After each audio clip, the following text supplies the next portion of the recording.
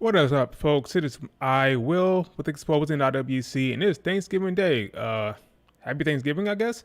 Why am I streaming on this day? Well, here's the thing. I'm supposed to be going to my sister's house for Thanksgiving Day in about 2-3 hours, but the way my family works is they will say something starts at a certain time, but it doesn't really start at that time because people are always late. So I get there on time. I have to wait for like an hour and a half anyway. So I'm gonna play the game.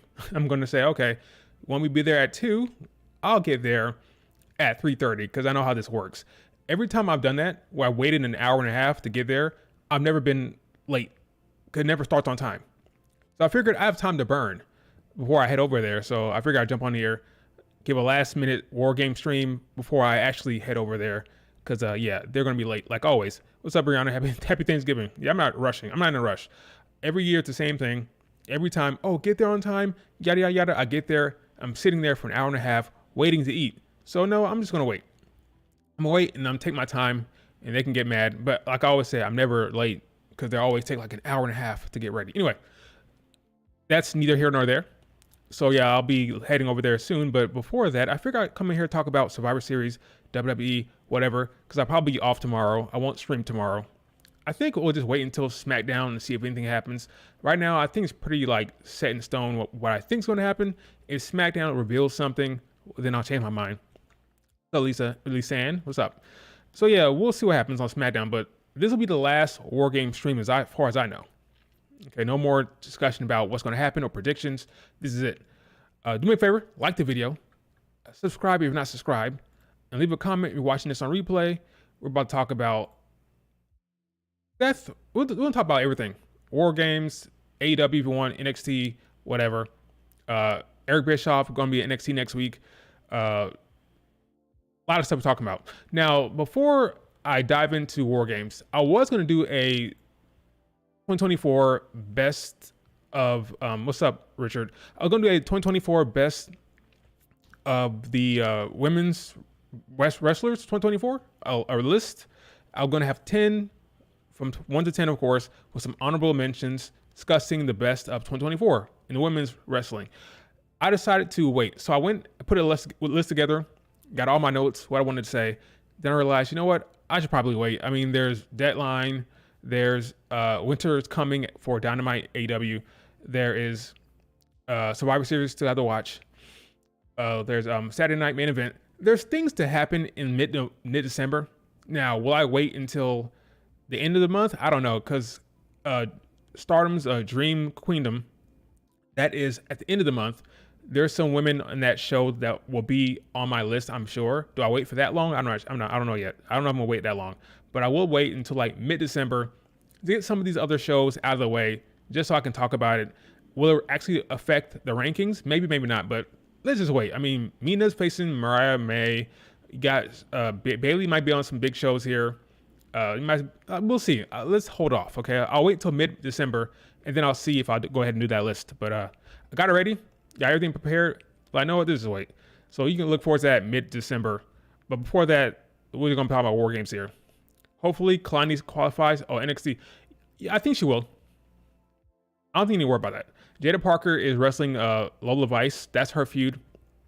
Cora Jade doesn't make sense to me. The winner is going to be facing Roxanne Perez, so why would you have Cora Jade win that match? And who's the last person? Ring Sinclair? She's not winning.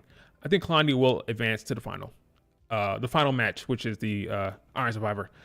But let's talk about Seth Rollins, War Games, and everything else that's happening on this Saturday. So, this match, I believe, again, War Games matches have no stakes, all right? Doesn't matter who wins. Only thing that matters is the actual storylines. Well, I think Seth Rollins is going to have a big role to play here. Why? Well, he's feuding with Bronson Reed. He hates CM Punk, and he hates Seth Rollins. And guess what? He has no presence on the show whatsoever. No presence. No match, no nothing. Something tells me he's going to get involved. The question is how? I think I have it figured out. I think I know what's going to happen here, okay? I think Seth Rollins will show up here. Now, some people may say, that's going to ruin the match. Why would you have Seth come in here, the Bloodline storyline, It's going to be ruined. Yada, yada, yada. Look, that ship sailed when they added Bronson Reed and CM Punk, okay? Who cares about that? Doesn't matter what happens with the match. Only in terms of like the ending, like, oh, it's not going to have a fair ending. Who cares, right? It's going to end in it's going to be 5-on-5. Like, who cares? Only thing that matters is the storylines, right? That come out of it. Because again, no matter what happens, win or loss, they're going to carry on. There's no awards, okay? The losing team doesn't get suspended, okay? The winning team doesn't get a trophy. There's nothing that happens, okay? It has no stakes. So all that matters is storylines. I think you can have Seth Rollins get involved here. I believe he will probably, at some point in the match, whether it's before the, they say, and now the WarGames begins, or even like after that, he will ultimately attack Bronson Reed at some point. So Seth will attack Bronson, all right? Once that's done, maybe he stomps Bronson Reed, right? He will look and see that Roman Reigns is sitting there ready to get stomped himself. And he won't be able to resist himself. Because if you remember, in a promo with Solo Sikoa, he said the next time he's in a ring with Roman Reigns, he will stomp him into the ground, okay? So this is going to be the payoff of that. He will see Roman Reigns getting up, and he'll be tempted to stomp him as well. And who's going to stop it? CM Punk will stop him and get in his face, and that will kick off the feud again between these two. I believe he will stomp Bronson Reed, he will go to stomp Roman Reigns, and then CM Punk will stop him from doing it. That will cause some chaos, and maybe that will result in the good guys losing. Okay, maybe the good bloodline or the OG bloodline loses because of Seth Rollins' involvement. They could do that. Killing multiple birds with one stone. You're having him attack the person he was feuding with, Bronson Reed. You're having him go after Roman Reigns, who he hates. And you're having CM Punk stop him, who he also hates. And that is the ultimate feud you want to get to, because you wanted to tell the Seth Rollins CM Punk storyline at WrestleMania Night 1. I called it. It's settled. I will hear nothing else. But does that make sense? Hey, what's up, King Rock? Does that make sense? You need Seth Rollins to be the wild card of the match, because he's not doing anything, and the man was feuding with Bronson Reed, and he hates CM Punk, and he hates Roman Reigns. He has to play a part. The question is how? How do you make it make sense? How do you make it good? I think the solution I came up with just now makes the most sense, okay? Bring him in.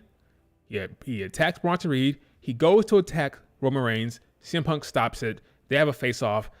Do they start throwing hands? I don't know, but that distraction is enough to cause the OG bloodline to lose. You go back to Raw. Seth and CM Punk continue their little issues, right? Roman Reigns will be on Raw and SmackDown, I think, going forward. Maybe until next year. I don't know. But I just think you need Seth Rollins to be more of a tweener for now before we go full-on heel when he faces CM Punk down the stretch. So that's what I would do. I think that makes the most sense. I don't think you need him to... He doesn't need to be the reason they lose per se, but he needs to have some type of impact on the match. Because what are you doing with Seth Rollins if that's not the case? He has to be involved here. Some people may not like that, but it is what it is. So I got Seth Rollins being a crucial part of this match, actually. Now, as far as the women's WarGames match, so does Seth Rollins turn heel? Let me answer that question. Does Seth Rollins turn heel? Here, not full on. No, not yet. I will say no. As far as the women's match, this, I believe, will... The more I think about it, the more I think I'm leaning towards Bayley and Bianca actually coming to peace, okay? I think Bayley's goal in this match will be to prove to Bianca that she got her back. According to her own promo, well, not promo, but this little segment she recorded backstage, well, heading backstage, she said this. Let me see if I can play this, actually. This won't be copyrighted whatsoever because it is actually not really, it wasn't broadcast. So check this out. So here's Bayley walking back after helping Bianca beat Nia Jax. Now me and that don't show you that I got your back from here on out. And I guess I have to show you some more on WarGames. He says B, as in Bianca, if that doesn't show you that I got your back from here on out, I guess I gotta show you at WarGames. So she's trying to extend a hand, you know, an olive branch, to say, so to speak, and say, hey, Bianca, been through a lot, but I got your back, all right? I'm gonna help you here, and if you don't believe me in it now, at WarGames, I'm gonna prove it to you. If that is a storyline, if that is a goal, it will happen at WarGames. Will it be a Bianca and Bayley sing Kumbaya? I don't know, but I think it's possible that Bayley could extend a hand to Bianca. Will she full on apologize? No. But it's possible that during the match, maybe Bianca will go for the KOD and Bayley will help her with the KOD, as in help her get Nia on her shoulders. Maybe she knock out Nia or something while she's on the second rope to get her in position for the KOD. Whatever. Bayley will help Bianca at some point during the match. They have a moment where they say, okay, I'll leave you alone for now. I'll stop giving you so much shit. I still don't trust you, but you actually did something here that I respect, and I'm gonna lay off you a bit. That is possible. And I think if that is the goal, it will happen. And then if that happens, then of course Team Rhea will win. Oh my God, here comes the Liv Morgan stance. Oh my God, why do you have to lose? You have the world champion and WWE champion on the same team. Why are they losing? Yada, yada, yada. Who cares? It doesn't matter who wins. The result of the match does not matter. All that matters is the storylines coming out of it. Now, why would you want the story to be like during the match? You can have some friction, some conflict, but ultimately in the end, Bayley will help Bianca. Bianca will accept the help, right? She KODs Nia Jax, whatever. Then you have Team Rhea wins. Now, why is that good for the rest of the booking going forward? Well, if they win, well, then in a false sense of a false sense, not security, but a false sense of they're relaxing. We won the match. All is good. I'm Rhea Ripley. I'm going to go back to Raw, and I'm going to go take it to Liv Morgan after having this win. You have Io Sky, who is now a winner in WarGames. She's excited. She's confident. She goes into her match with Liv Morgan. Then she loses, right? So ultimately, Liv Morgan will beat Io Sky, right, at Saturday Night Main Event. Anyway, okay, so you have the good guys in a good place. And it works well, especially considering the U.S. title tournament, right? If Bayley is happy about working out with Bianca, right? We're in a good place with Bianca. She leaves to go continue her tournament. Same with Naomi. It makes sense to kind of put that to bed if you have something planned for the tournament, right?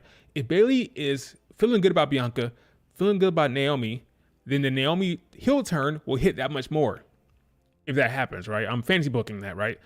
If Naomi is going to turn, then maybe you want Bianca and Bayley on the same page, because then now that they're talking and have conversations, it'll be tough when it comes out that Naomi is heel and she's not to be trusted now. Now Bayley and Bianca have to come together. That could work fine. Okay, if you want the baby faces to be in a good position, because they're gonna get screwed, i.e., Io Sky loses to Liv Morgan, Bianca, maybe she has a match against Nia Jax, loses it again. I don't know. Bayley's gonna get screwed at the tournament to Naomi. Apparently, like you can have the baby faces win, be on a good page to then have a fall. It's a rise before the fall. Okay, you lift them up high and then they come crashing down to the ground. I think it's the best way to go if your plan is to have Naomi turn, right?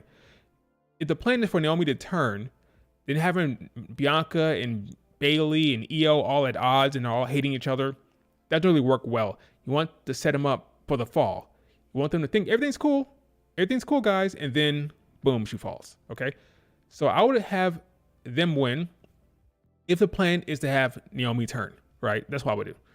Liv stands are always bitching about something. Reservoir said on backstage page that Jade will be out at least past Royal Rumble. She's missing a lot. Okay. Good to know. We still have SmackDown, so we'll see what happens there. But I think it worked pretty fine if either team wins. Like, it doesn't matter, right? It doesn't really matter who wins. But I think if the plan or the storyline is Bianca Bailey coming together, then they need to win, right? Why would you have them come together and then they lose? That makes no sense to me. Ultimately, it doesn't really matter, right? So yeah, I think Bailey will prove to Bianca that she can be trusted, that she can be like a force of good for in Bianca's life or whatever, because that's what she's saying here. I believe in this promo or this little segment here. If that's the direction they're going, Now me and that don't show you that I got your back from here on out. And I guess I have to show you some more on WarGames. if her goal is to show her at WarGame that she got her back, then she's gonna have her back, okay? And then we move. What happens after that, we'll see. Because I'm hoping, for Naomi's sake, I'm hoping that she actually turns. Because if she doesn't, what are we doing with Naomi? That's my question. Does that make sense? Wow, Bailey wants to show Bianca that she has changed. She does. That Naomi was right in that she's no longer the same as before. Yes. If that works out well, then Naomi turning, I'm putting a lot of stock in the possibility that Naomi will turn. Like I've been saying on the stream a couple times now. Like I've been saying, let me see if I can find that tweet again. We will know, I believe, if Naomi is turning after this match. If I can find it here. I tweeted about it. Where is it at? What thing was last? Yeah, it is. Here, I found it. Here it is. Now I lost it again. What is going on? So Tiffany, Naomi, and what's her face? Alyssa Lopez are wrestling in a match, okay? The big match coming up here. And I believe the result of the match will tell us what's going to happen.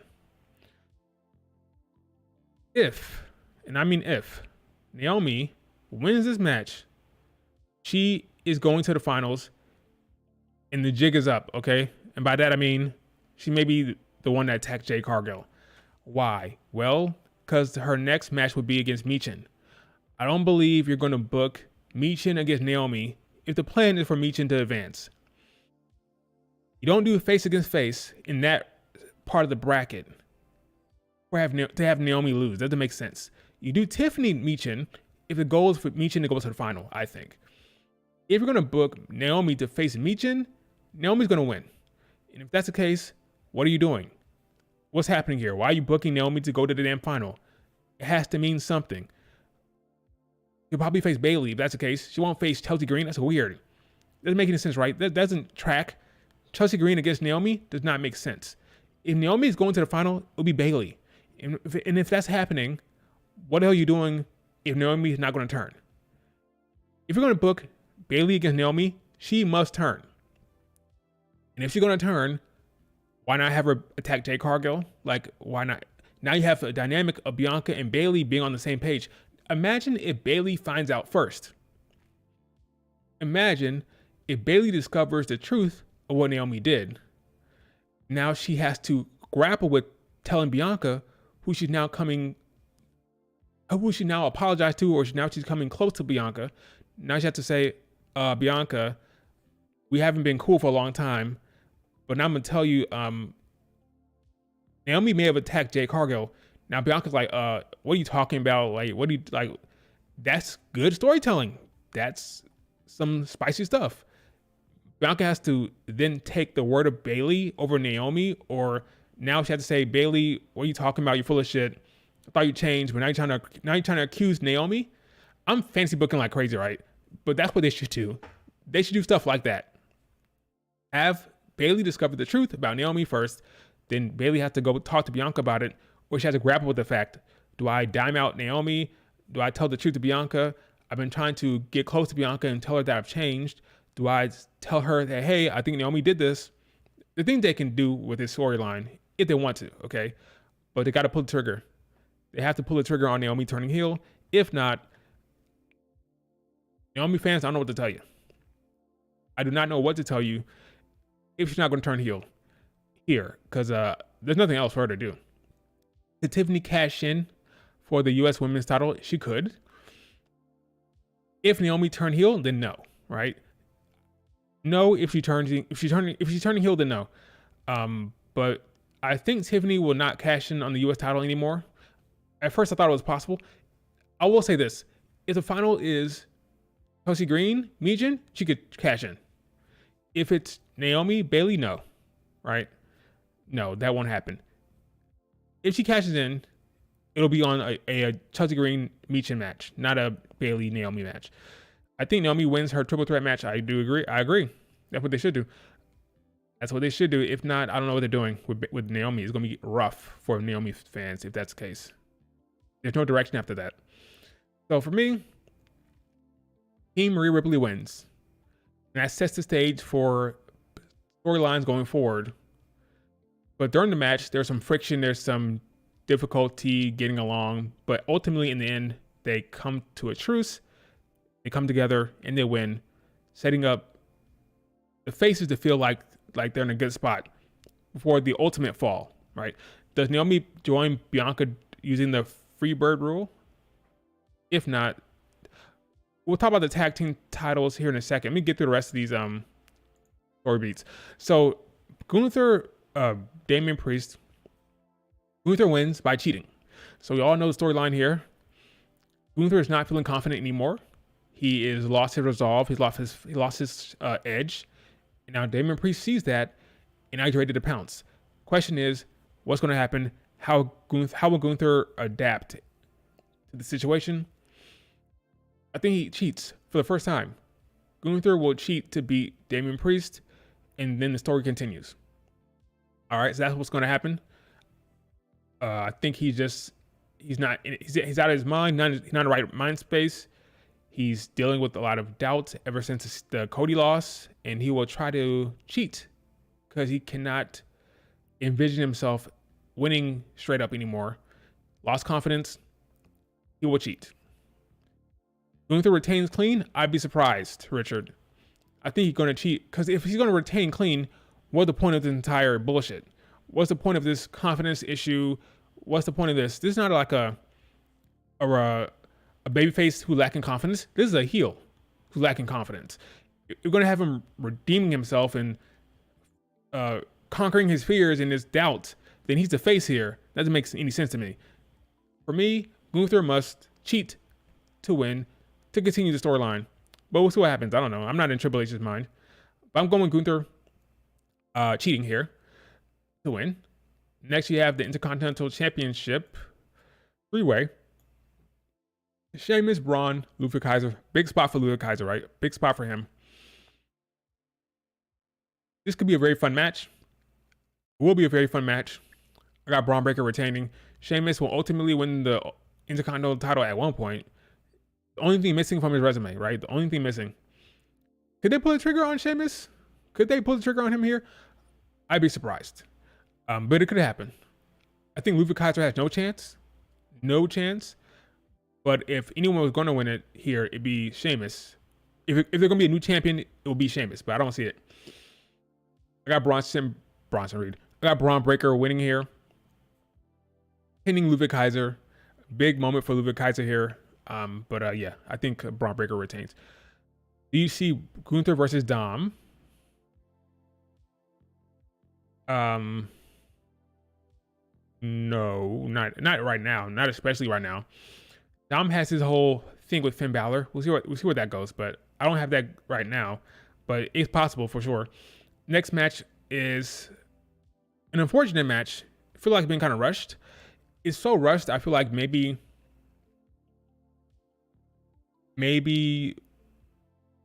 it could end in a DQ, but that's kind of a bad thing to do at a PLE. You have LA Knight taking on Shinsuke. Shinsuke just returned like 2 weeks ago, and he already has a PLE match. Not gonna win. I love for him to win. I love for Shinsuke to win this belt. I just don't see it. They have LA Knight retaining here, I guess. It's a weird one. Not really excited for it yet. It's a weird, interesting match to make at this point. Rooting for Shinsuke, I just don't buy it that he will win. I just don't see that happening. So yeah, I got LA Knight retaining. I got Braun Breaker retaining. I got Gunther retaining. I got Team Bianca winning, or Team Rhea, whatever you want to say. And I have the Team Heel, Team Solo, or the New Bloodline. I have them winning. So yeah, it seems like no new belts here at all, but a lot of room for storytelling, and that's all that really matters here for Survivor Series. And that's why I think we don't need any title changes. We just need some actual storylines heading into Raw on Netflix, heading into Saturday Night Main Event, heading into WrestleMania season, which is Rumble season. Now let's talk about the women's tag titles. So, if you don't know, it appears that Bianca and Jade will be relinquishing the tag titles because Jade's injured, and we don't know how long she's going to be out.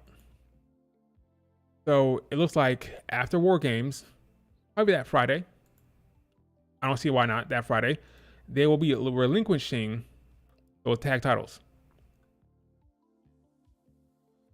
Now, this has brought across some discussion about the titles being cursed. Now, I'll say that's kind of silly because Bianca and Jade have been champions for a while now. It's not like they got injured immediately.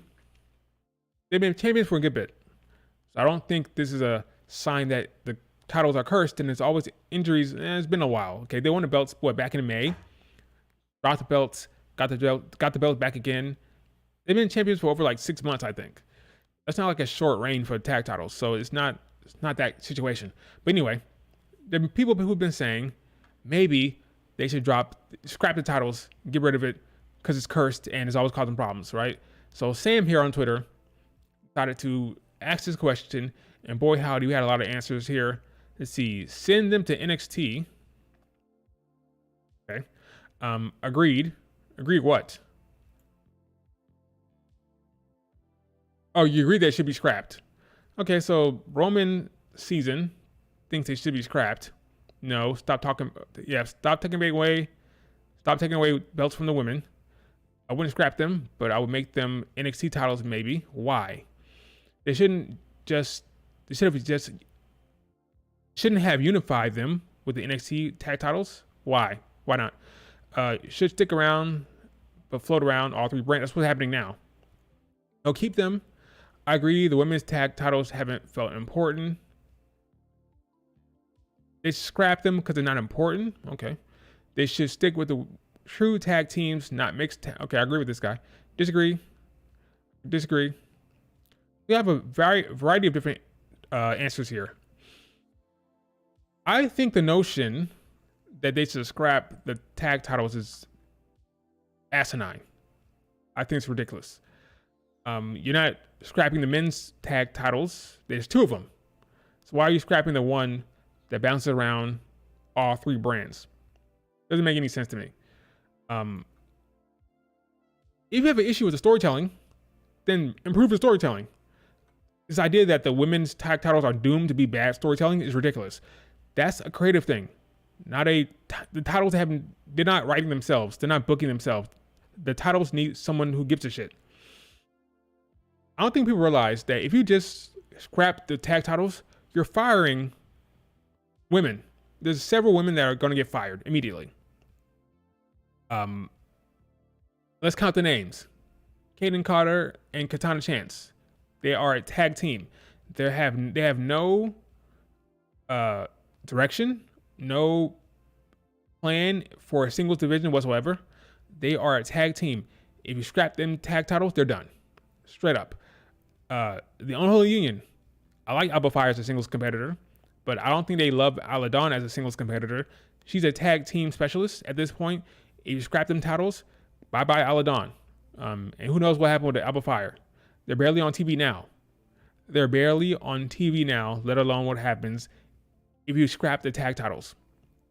Who else? You got Lash and Jakara. Lash and Jakara are they look like stars. They're very, they have great looks. They can wrestle. But Lash, I can see as a singles competitor, but Jakara has not been pushed in singles at all. What's going to happen to Jakara? I mean, I can go down a list. You're taking away opportunities, taking away spots and spotlight from the women. If you scrap them titles, that's just what happened. I think it's ridiculous. The notion that you scrap these titles, I think it's ridiculous. They should keep these tag titles and tell better stories. You have plenty of women, plenty of them, plenty of tag teams that can work. I don't see why, because Bianca and Jade are going to drop the belts because of injury. Now you could argue that's the way to go. Should you have had Naomi? Here's the problem. You don't know the storyline they had planned. You don't know the storyline they have planned. If they have major plans for Naomi, for example, turning heel, then you can't have her teaming up with Bianca in that way. Maybe not. Maybe you could have her team up Bianca and then drop the belt to Lash and Jakara. You could do that. But for whatever reason, they have plans for Bianca. They have plans for Naomi now. They pivoted, and the plans do not involve them defending the tag titles whatsoever. The plans have them as singles competitors. Therefore, they're going to drop the belts. Then you have a tournament, whatever. Remember what happened to Rhea's title reign when she got injured? They had a battle royal, and Liv Morgan won it. What's the difference here? You can have a battle royal, not a battle royal, a tournament, some type of innovative, maybe a ladder match, whatever. Why not have a ladder match at a Saturday night main event? Or have a ladder match to debut on the Netflix debut. Those are two good spots for the ladder match. Whatever, like, just tell better stories. I just want to be clear that if you do this, if you're advocating for scrapping the tag titles, you're basically saying there's women that you're okay with being fired. That's what you're saying. Bye bye Kaden Katana. Bye bye Unholy Union. Who knows what's going to happen to other talent out there? I don't think it's necessary that you have to scrap the title titles. I don't think it's necessary. Yeah, Jakara would be screwed. Yes, she would. And other women would be as well. So I would have them stick with the tag titles. You just tell better stories. That's all. A ladder match would be great. Saturday night main event or Raw opener. I think there's another Saturday night main event in January apparently. So yeah, there's plenty of places you could do it. Have it at the Rumble. I don't know, but yeah, I think that's crazy. It's crazy talk. Crazy talk. That's my thoughts on that. Keep the tag titles. Tell better stories. I think women have 5 titles now: World, WWE, US, IC title, tag titles. 5. Plenty of talent for that. So I'm not really worried about the women's division not being able to handle that many titles. I think it'll be fine. Let's move on to you want to talk about let's see. Let's talk about AEW last night. So there's the AEW last night, folks, as I'm sure you know. It was start of the Continental Classic. It's their round robin tournament. I firmly believe that the WWE should have their own version of this between SummerSlam and Survivor Series. You can have their own round robin thing for Raw and SmackDown, a blue bracket for Raw and a blue bracket for SmackDown for women and men, a red bracket for Raw for the women and the men. Have 2 points for a win, 1 point for a draw, 15-minute draw, whatever, a 15-minute timetable or time limit. Then the winners will go to a Crown Jewel to face for the Crown Jewel title or the Crown Jewel ring, however you want to call it. And then the winner also gets a title shot at Survivor Series. Boom. We all talk about having matches that have stakes for the men and the women. I would love some type of round robin tournament like this. Not copying, because Japan has been doing it forever. Stardom, New Japan, Noah, Margo, they all have a round robin tournament. So you do the same thing for the United States, same thing in WWE, and then the winners go to Crown Jewel. Instead of doing champion versus champion, which is stupid. I hate champion versus champion matches. It means nothing because they're both gonna be champions no matter what anyway, and they both go back to their original shows. Have the round robin tournament have that lead to the crown jewel match. Then the winner gets a title shot at Survivor Series. That's what I would do. But anyway, let's start off with the Continental Classic here. We had Bobby Lashley, MVP, Shelton Benjamin. Shelton had a match. He won his match. It's all good. MVP is talking about how these two are great specimens and great athletes, and they're going to take over AEW, starting with Shelton winning the Continental Classic. He had a good match. It was fine. Then we had Mercedes Moné and Camille. Now, Mercedes came out from, she just came back from retaining her title against Statlander. Where's Statlander? I don't know. She was not on the show. But she's here to brag and talk about how she's the best, greatest TBS champion of all time. And Camille is still she's standing there injured. And then it's clear at this point that Camille is about to get fired. But before she can fire her, Camille steps up and says, hey, are you stupid or are you dumb? I quit. Should she quit? This entire storyline between Camille and Mercedes Moné has been a complete disaster. I don't say that lightly. It's been a complete disaster. Camille has looked awful. Storyline has been awful. And it feels like they're just ending it. They're getting it out of the way now because they're like, okay, this didn't work. Just end this thing. No real build. There's no real compelling storytelling here. Just get it done. Just get it over with. Let's stop this nonsense because it's really, really bad. Camille was supposed to be a brick house, a powerhouse, a dominant force. She's been a jobber, an embarrassment, and now it's over. I hope they don't think I'm going to care about that feud here, because Camille has looked like a complete loser this entire time. So why would I care about a Camille Mercedes Moné feud, even though it seems like Mercedes Moné is upset with Camille for quitting? So is she going to go after Camille? I don't give a shit. I'm sorry, they failed here. I always say, reason why he brought in Camille when he did is because Stephanie signed with WWE. Camille was on the blocks. She was on the payroll back in February. For like 3-4 months, he did nothing with her. The second the WWE signed Stephanie Vaquer, all of a sudden, Camille popped up. He wanted to save face to say, hey, we may have lost Stephanie, but hey, look, here's Camille. Look at Camille. He had no plans whatsoever. It was the most bare bones, bland, boring, predictable plan of having Camille be her bodyguard. And they didn't even do that right. They didn't even do that right. Okay, so it's been a disaster. I don't know what to tell you. Could Camille defeat Mercedes? No, I don't see Camille taking the belt off Mercedes. I don't see it. I don't see it whatsoever. Statlander lost, but Camille's going to win. She's been embarrassing. Her booking has been embarrassing.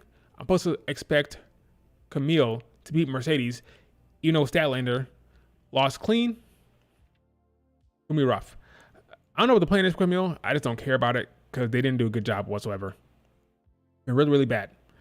But we'll see what happens. I mean, who knows? Maybe Mercedes Moné is upset. What will it lead to? I don't know. But it's been a complete disaster for Camille and Mercedes Moné. It's really bad. Women's division right now in AEW is not good. Toni Storm, come back, do something. I feel like the only time Tony Khan cares is when Toni Storm's on the screen, maybe. So perhaps Tony Khan needs to bring back Toni Storm immediately to do something about it.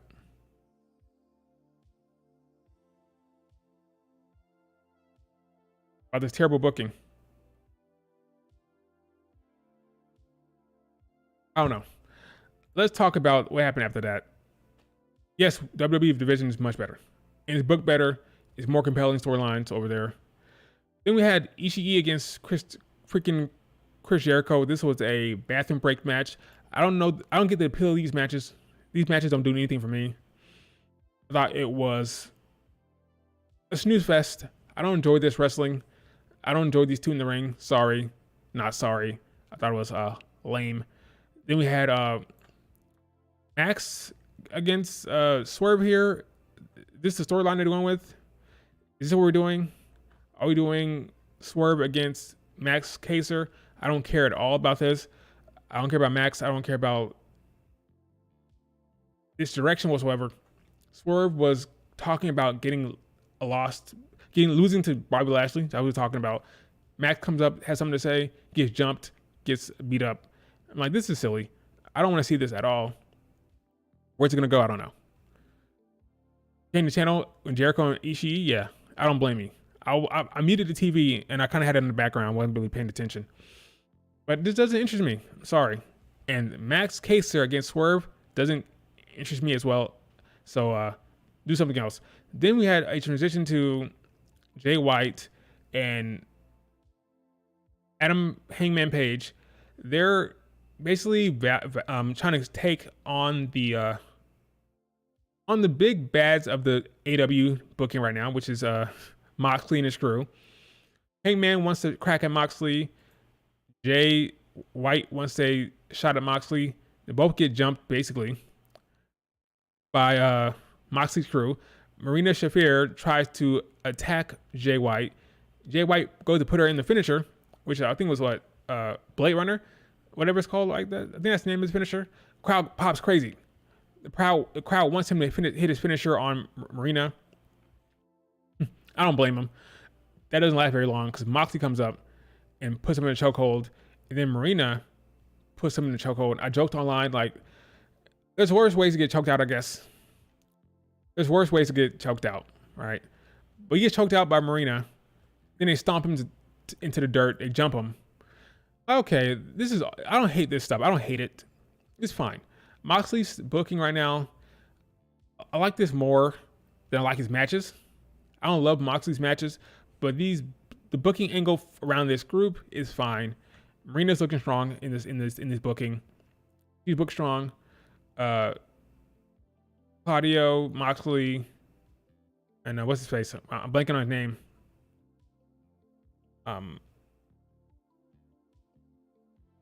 The other guy in the damn group. It's bothering me now that I'm blanking on it. Anyway, all the booking's fine. Booking's fine. It's fine. Where's it gonna go? Is Jay White or Hangman Adam Page? Are they going to be facing off against Moxley anytime soon? I don't know, but this is all fine. Like, I don't hate this. Then Claudio beat Ricochet. I don't know what they're gonna do with Ricochet. Ricochet's his booking has been fine, but like it's no better than what was happening in WWE. Lost to Claudio in the tournament. It is what it is with Ricochet. He's wrestling. He's wrestling every week. World's End Triple Threat. I don't mind that at all. I don't mind that. I think Moxley will retain, but I don't mind it. Ricochet, his booking's been just kind of flat. Nothing too special. This is to be expected. I knew this was going to happen. Ricochet is just another guy. In AEW, he's just another guy. In WWE, he is more special. But there's a lot of people that does what Ricochet does already in AEW. So now he's just like a legend in the way they're talking about him. They're talking about him like he's a big deal, but he's losing Claudio here. I mean, it is what it is. I'm not even saying this is right. I'm not saying it's the wrong thing to do here. I'm not saying it's wrong. Claudio should win this match. You want that faction to be strong, so. Oh, I just remember his name, Yuta. That's what other guy's name. Anyway, what would you think of the new format for the C2? I hacked I'm gonna say Ricochet. Wow. I hacked Ricochet Wi-Fi to stop him from speaking on Twitter. Good job. I don't mind Samantha Irvin, but Ricochet needs to chill. He needs to chill. Samantha, you can do what you want. You're the GOAT. When you're the GOAT of something, not many people can say they're the GOAT of anything, right? For me, Samantha Irvin is a GOAT ring announcer, so she can talk about whatever she wants to talk about. Then we had another segment here with Kyle Fletcher, basically saying, "Hey, I beat Ospreay fair and square. I beat him straight up, and I'm in a good place now, and now I'm going to win the Continental Classic." Yada yada, right? Good for him. Solid stuff. Not the big. This is the worst thing. I don't really care about Adam Cole at all with Max. I don't care about it at all. Storyline is bland. I don't care about it. It's boring. because of how it got here, because of the fumbling of Adam Cole's heel run, I just don't care about the storyline whatsoever. Kind of want it to end, to be completely honest with you, but it won't. But yeah, I'll kind of tune out whenever Adam Cole is talking. I don't buy what he's selling at all. I don't buy anything he says. Not a single thing he says I buy. And I don't know if that's ever going to change anytime soon. They just fumbled it. Fumbled.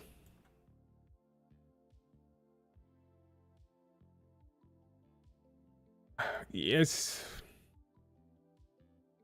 He goes out there. He cuts a promo on MJF. I just don't care about anything he's saying. I don't know what they can do about it. I think it's screwed. At least for me. There's nothing they can do to make me care about this storyline at this point. It's over. But they can keep trying.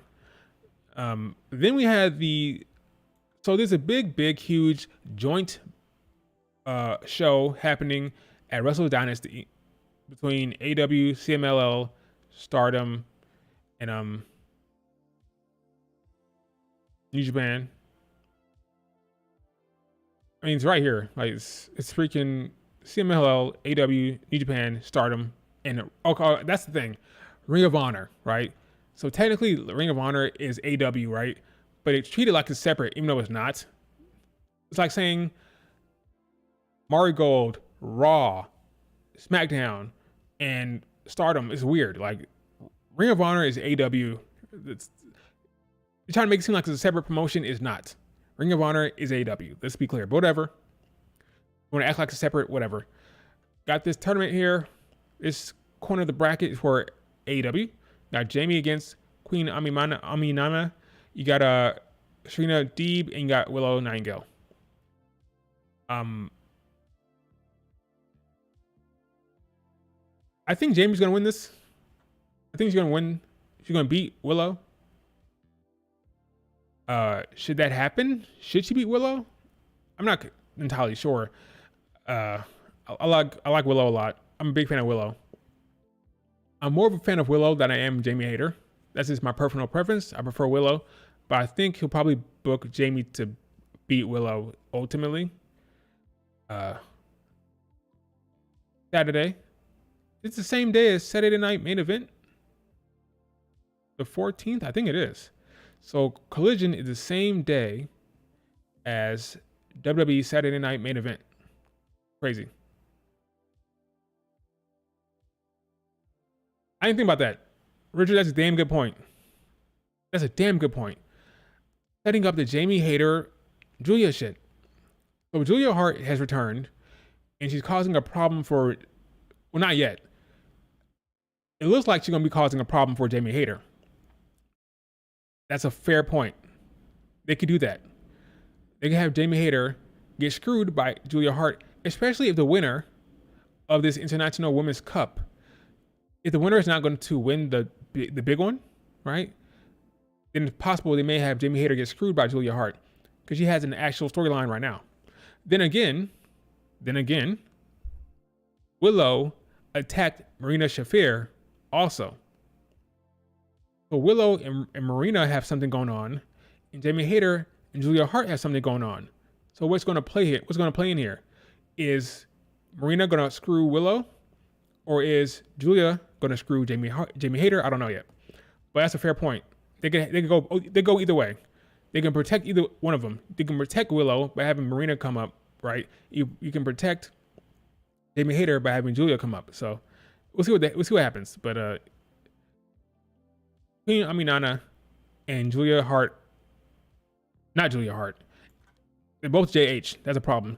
Jamie Hayter had a match, and there was a sequence during the match where Queen Aminana laid her out in the spot right here. He hit her hard, and Jamie Hayter did not kick out. Go back and watch the match. When she pinned Jamie Hayter after that spot, Jamie Hayter did not kick out, and Queen Aminana had to break the pin herself. It was weird. Like, did she get rocked? You need to be careful sometimes, man. I think Jamie Hayter got roughed up during this match. Go back and watch that spot. She did not kick out at all, and the crowd reacted to it. They finished the match, but there's some rough spots in there. And I think Jamie Hayter might have been legitimately rocked. After this spot right here, she did not kick out. Go back and watch it. She did not kick out. It was weird. But ultimately, look at her face. Kind of red. Like she took a beating in that match. She wins the match against Queen Aminata. And after the match, Julia Hart did her spooky stuff. So yes, it's very possible that Julia Hart could screw her in the tournament. But Willow did attack Marina Shafir also, so we'll see. But yeah, I can see it going either way. My personal preference, personally, I would want to see Willow go ahead because I just like her more than Jamie Hayter. But it could go either way. She looked rocked. She did. She looked rocked, and then she did not kick out. It was really like, whoa! The crowd reacted to it. She did not kick out at all. Luckily for them, it happened in like the small screen up here is when it happened. So she did not kick out. Go back and watch it. It's crazy. What happened after that? Then we had Marina Mariah May. So Mina Shirakawa. It's a lot of names sounds kind of similar. Mina Shirakawa and Mariah May had a little segment here. Mina sees the true Mariah now after what happened to Toni Storm, and now she's going to show her the real Mina. So that's the story they're telling here. They have an interview. Mariah May attacked her from behind. Mina went down hard. She hit her with the belt a couple times. Basically talked her shit and left. So that's the storyline, folks. Happening at Winter is Coming, Dynamite on Wednesday. Mina Shirakawa will lose to Mariah May. This may be the time when Toni Storm returns. If you're asking yourself, when does Toni Storm return? It may be here 2 weeks away. And it can't happen fast enough because right now, Mariah May's storylines have been very, very rough. I like Anna Jay. Okay, I like her, but that feud was bad. Feud with Willow was not great. Her booking has not been great ever since she beat Toni Storm. So I'm guessing just waiting for Toni Storm to return. When Toni returns from her break, then he'll kick off we can all hope the storyline will be good. But Mina will lose. Now, both of these women are in contention for my top 10 list for 2024. So that's kind of another one of the reasons why I wanted to wait and see. Maybe Mina has a performance here that will get her in my top 10. Maybe Mariah May will have a performance here that can change some things with my top 10. But yeah, I should probably just wait for at least midway December to see what these women do. And then I can better arrange my list when it comes to rankings here. But yeah, it's a solid segment. And it is what it is. I just hope that Toni Storm returns so Tony Khan can give a shit, you know? Mariah May missing another PLE or pay-per-view. Which one is she missing? Full Gear? Oh yeah, she wasn't on Full Gear. She wasn't. She attacked Mina, but she didn't have a match, right? She didn't have a match.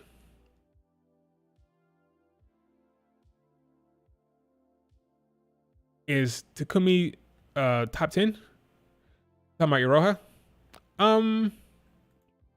That's a question. Is Takumi Iroha on my top 10? Did I give that away now? Right now, I'll say no, but I'm gonna reevaluate. Since I'm not doing the stream now, I can take more time to look at it. Right now, Iroha is not on my top 10. I'm a fan, big fan, but she's not there. Okay, maybe I reevaluate. It's tough for freelancers. Okay, it's really tough for freelancers to get on like these lists. That's why what Sheree is doing is so amazing. When you're a freelancer, you're popping up here or there. You're popping up in Marvelous. You're popping up in Noah. You're popping up and doing Sheree's shows here and there. Doing Shinjo in Japan. When you're a freelancer, it's harder to get a grasp at what you're doing because you're popping up everywhere. That's what's going on with Takumi Iroha. That's what happened with her. She's not. Marvelous is not one of the more popular promotions in Japan. So what she's doing in Marvelous does not get a lot of attention, doesn't get a lot of eyes. And it's harder to put somebody in a top 10 list where you're not seeing a lot of their shit. That's a lot of the problem that Athena's going to run into. Because for my list, it's going to be, what are you doing in the ring? How important are your matches? Are you performing on the biggest stages? What's your character work like? What's your fuse like? You know, there's things to consider beyond just, oh, who's champion and how long you're champion. Not about that. For me, it's about, what are you doing with your time? What are you doing with while being a champion? Are you performing on the brightest stages? Are you performing on when the lights are brightest, right? That's kind of my evaluation. So it's tougher for the women like Roja, who's freaking wrestling at Marvelous. It's tough. For people like Takumi Roja, for Vinny, like these women who are wrestling, even Athena. Sorry to tell you, Athena, wrestling in ROH, you're fighting off with you're fighting Nyla Rose, you're fighting who else? Sheeta. You're feuding with Billy Starts. Like it's all fine and dandy, but not the brightest stage. And if you're not being looked at, if you're not having interesting matches, then you may not be in the top 10 for me. Okay. Noah is confusing me. They don't have a women's division. That's why it's confusing, right? Noah has no women's division, so it's a bunch of freelancers and Marigold talent. You got Sadie Gibbs popping up there. You got Iroha popping up there. You have Marigold talent, like Bozilla, who's technically a freelancer. We have Koki Amare and talent like that popping up there, right? It's weird. They have a champion with no actual division, similar to what was happening with New Japan when they dubbed Kairi Sane the IWGP champion. They didn't have a women's division. They were borrowing Stardom's talent to dub their champion. But now that Stardom and New Japan are like this, basically Stardom is New Japan's women's division because now kind of come together. So different now. But yeah, it's similar to what was happening with New Japan at first. That championship belt that Koki Amare has, it's just there's no actual division. The women's division is nothing but freelancers and Marigold talent. That's what it is. It's weird. Sadie Gibbs is leaving Japan soon to go where? Where's Sadie Gibbs going? She's talented. She's athletic. She can go. She can move. But yeah, I don't think I'll give it away now. Takumi Amare, not Takumi Amare. Takumi Iroha. She's not on my list right now, but we'll see what happens. We'll see. I'll reevaluate. I like her a lot. Talented. It's harder than you think to put together a top 10 list. It's really hard. I mean, is Tam Nakano getting on there? Is Saya Kamatani getting on there? Is Bailey, is she getting on there? Julia? Stephanie Vaquer?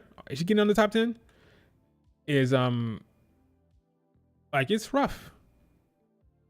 Not rough. It's not that hard. It's not taxing. Is Masha Slamovich getting on there? Mariah May? It's harder to put together a top 10 than you think. Is Miyu Watanabe getting on there? I mean, it's tough. It's tough. Lyra, I'll tell you right now, Lyra's not on there. Lyra is not on my top 10 for 2024. I give that away to you right now. How far is Micah up the list? Micah, I'm not a biggest fan of Micah. I'm not a biggest fan, but she deserves to be placed somewhere, right? You would think. Nia Jax. Great year for Nia Jax. She's been a lot of hate. She gets a lot of hate, but great year for Nia. Did she get on the list? Or is she just an honorable mention? It's harder when you think. It's harder than you think. It really is. But anyway, what else to talk about? Let's see. Yeah, Micah. Yeah. Micah, she is deserving of a place in the top 10. Where she ranked, we'll see. It's undeniable. Her year has been undeniable. It's undeniable. I mean, I'm not the biggest fan. I don't love her as a wrestler, but even if I don't like them personally, like it's not my cup of tea, you can't deny her place. You can't deny her impact and what she's done. It's been too impressive. So, Zarya in your top 10? We'll see. I don't have her in my top 10 right now, but we'll see. What else we can talk about here? Let's see. Talk about WarGames. talked about AW, talked about the tag titles, and how it was stupid to scrap the tag titles.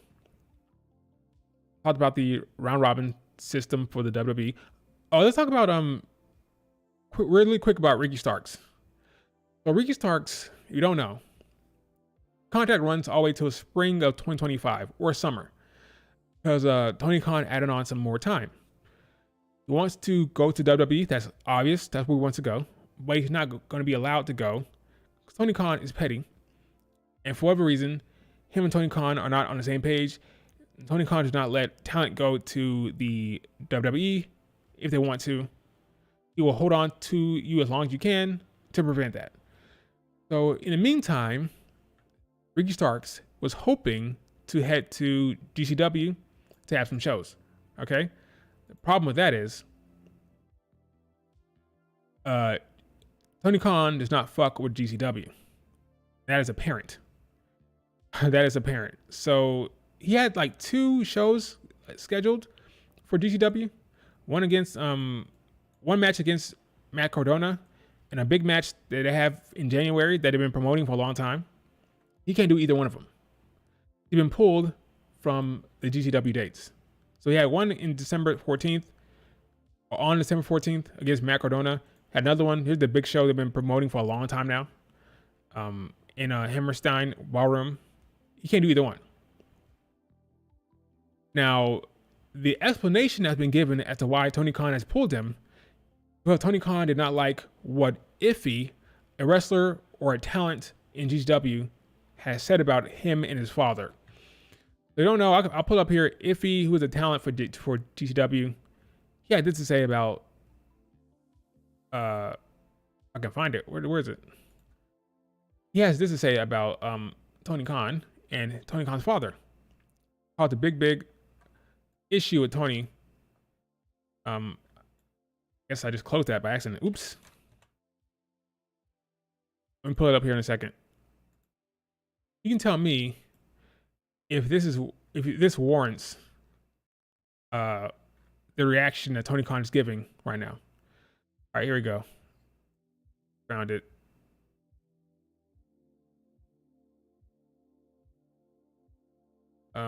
Let's go to this view. Pull this up. Go.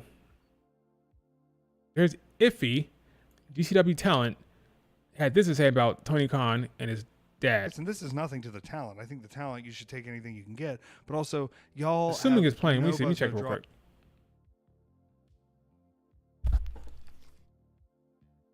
Let me see.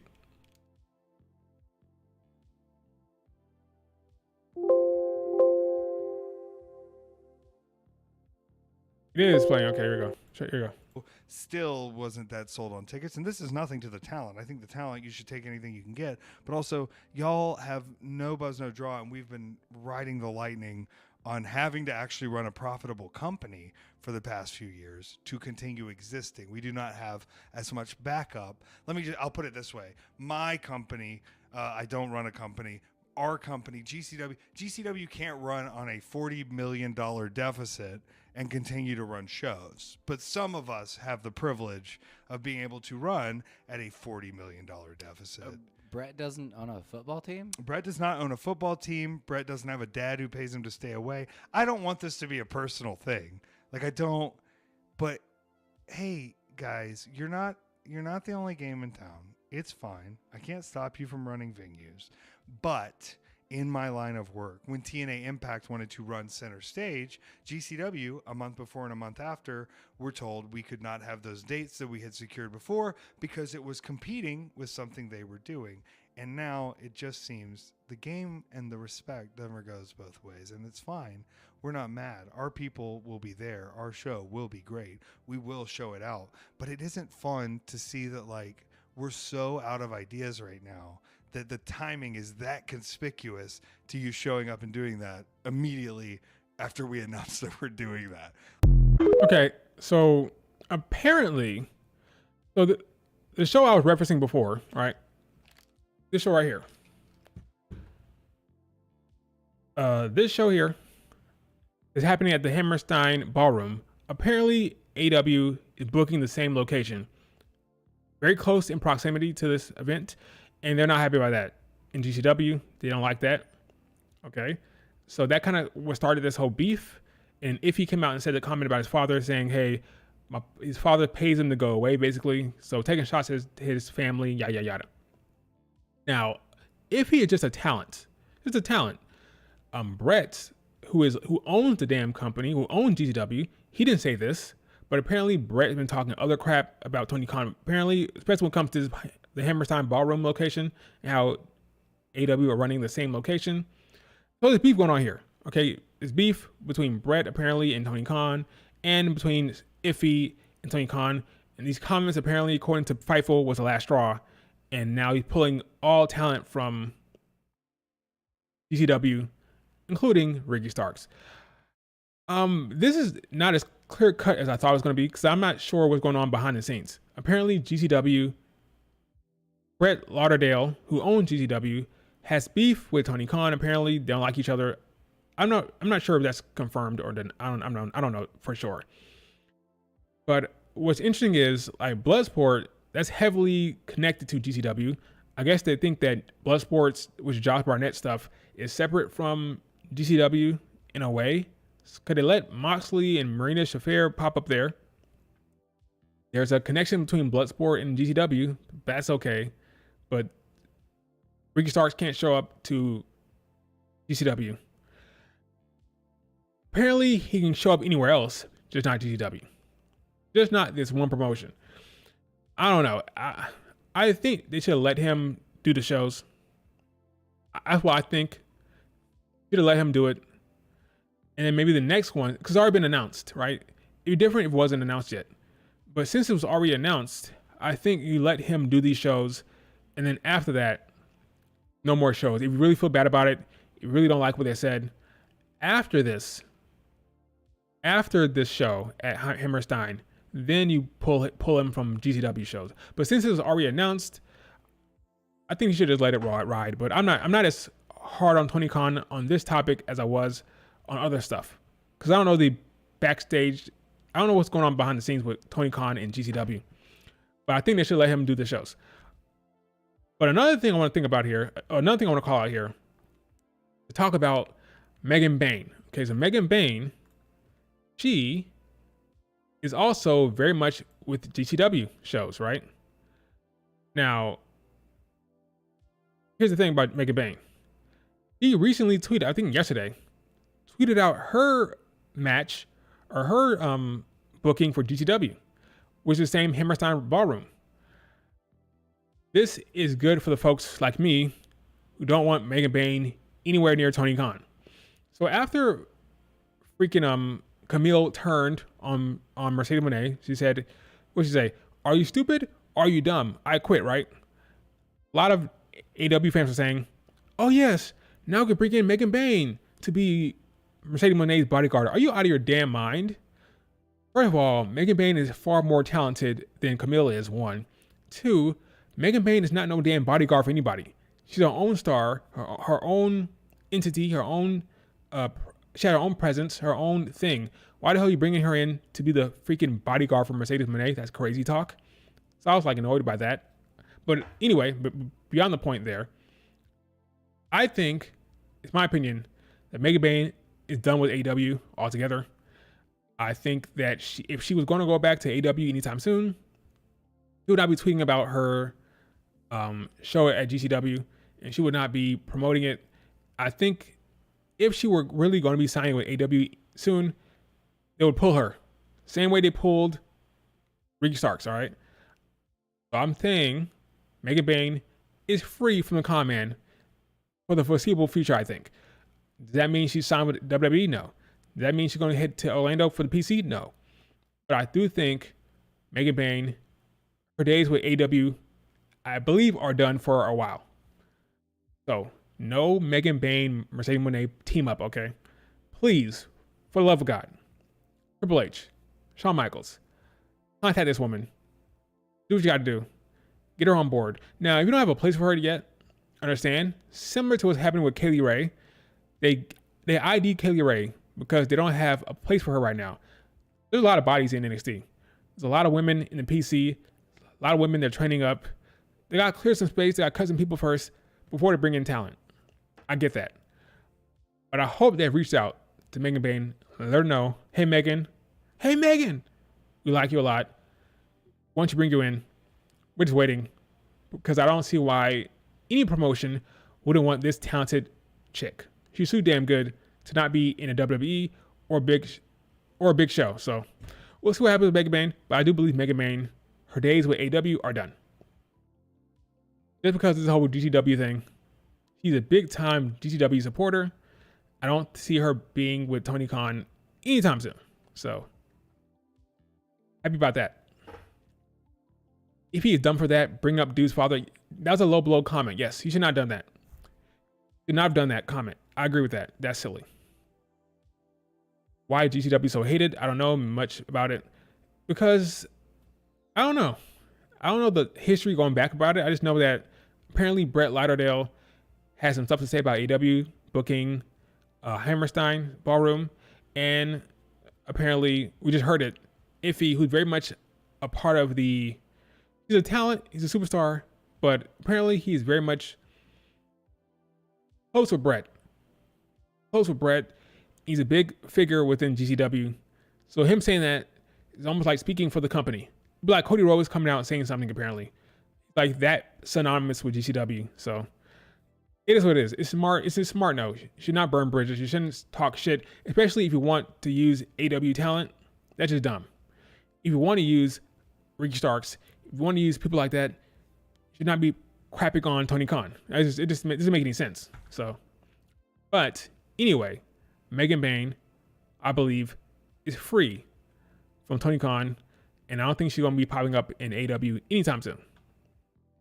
So I'm happy about that. I am happy about that. What else? Talk about the tag titles. Talk about AEW. Talk about the women's championship tournament where I think Naomi should win that. Eric Bischoff, he's popping up in NXT. Why? Apparently to cause some trouble or stir up some more beef between Trick Williams and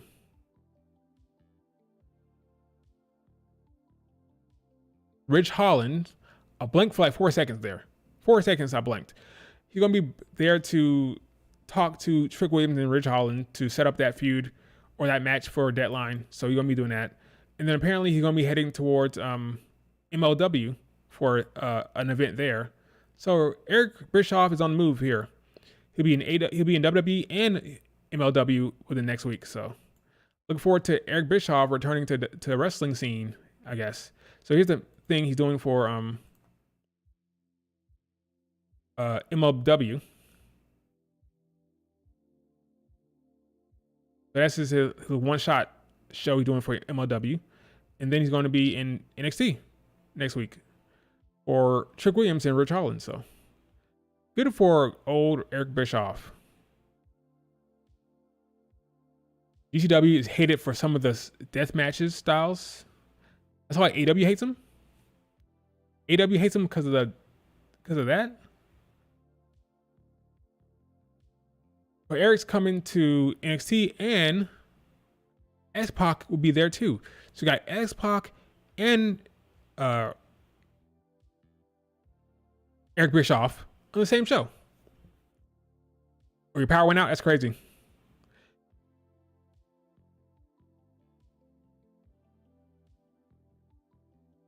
Turkey, you're cooking, Pedro. You're cooking your turkey. That's great. I'm not doing any cooking this year. I'm traveling to the food. I'm bringing some stuff, but no food. So I'm traveling to the food. That's great. Good for me. I gotta do no cooking whatsoever this time around. Last time I think I made meatballs, but not this time. I'm just traveling, coming with some supplies. But yeah, all the food will be presented and provided by other people, not me this time. So good for me. What else that happened? So that's it, basically. So I'll open it up to any questions before I actually have to get ready to go to this freaking Thanksgiving. I'm saying like I don't want to go. Of course I want to stuff my face with food, so I'm looking forward to it, but we'll see. The reason why I see Zoe not winning the IC title first is because she may go after the tag titles with Shayna. It makes sense. Like I said, it should be Naomi and Lyra Valkyria. Margot was today. I think they recorded a show, and I think Victoria Yuzuki is challenging Natsumi for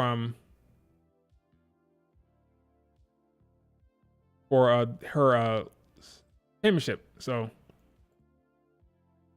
I think she's gonna beat her as well. As by the way, I think it's gonna be over for her reign.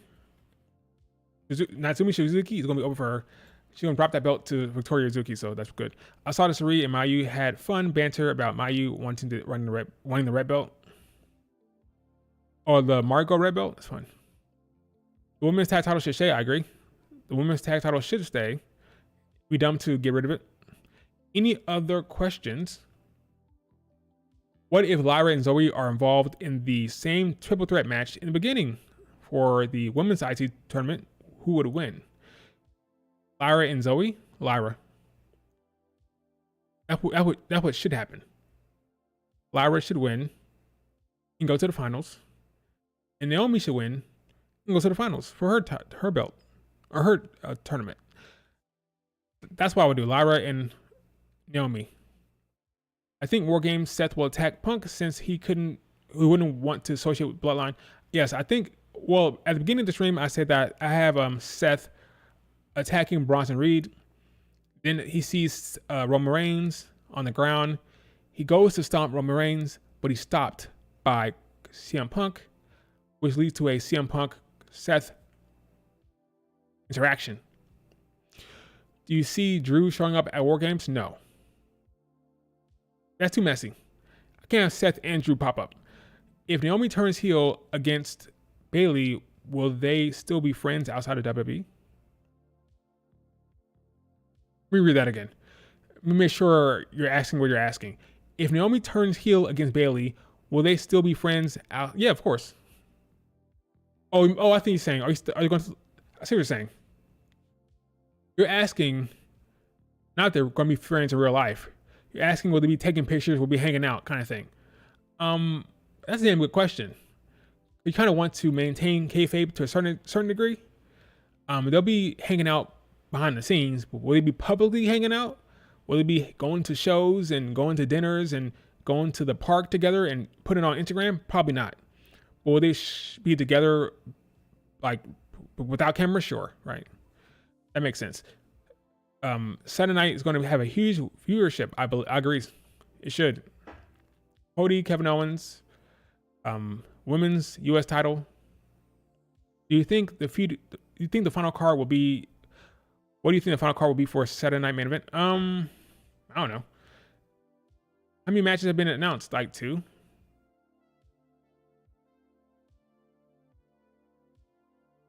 Saturday main event. Seemed like 2, right? 2024, right? 2.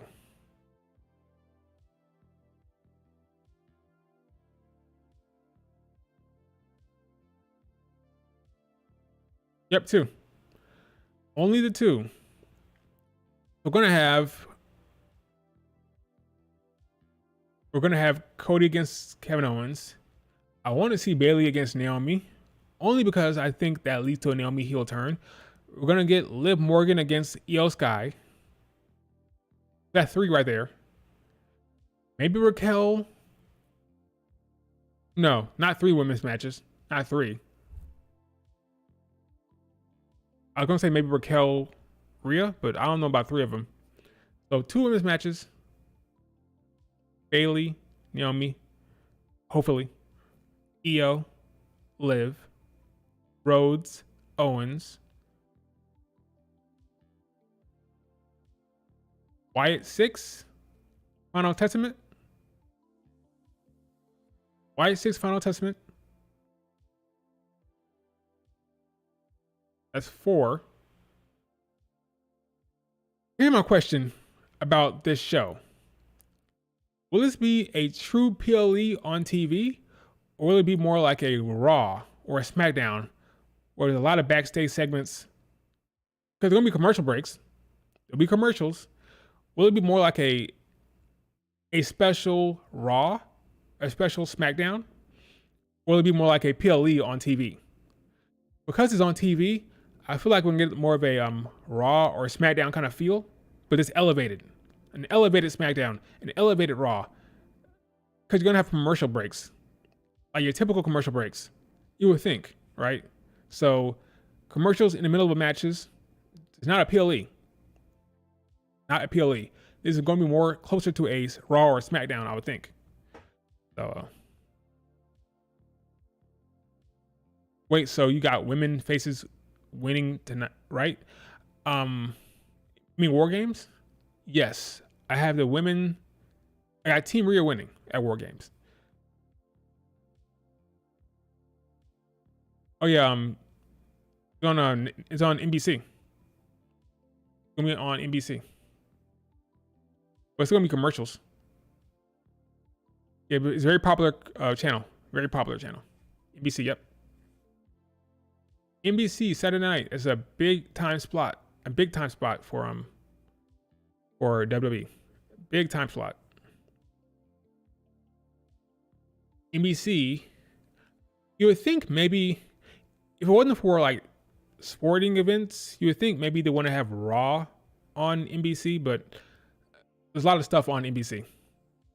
And the USA Network negotiated that, so well, never mind, not Raw, SmackDown.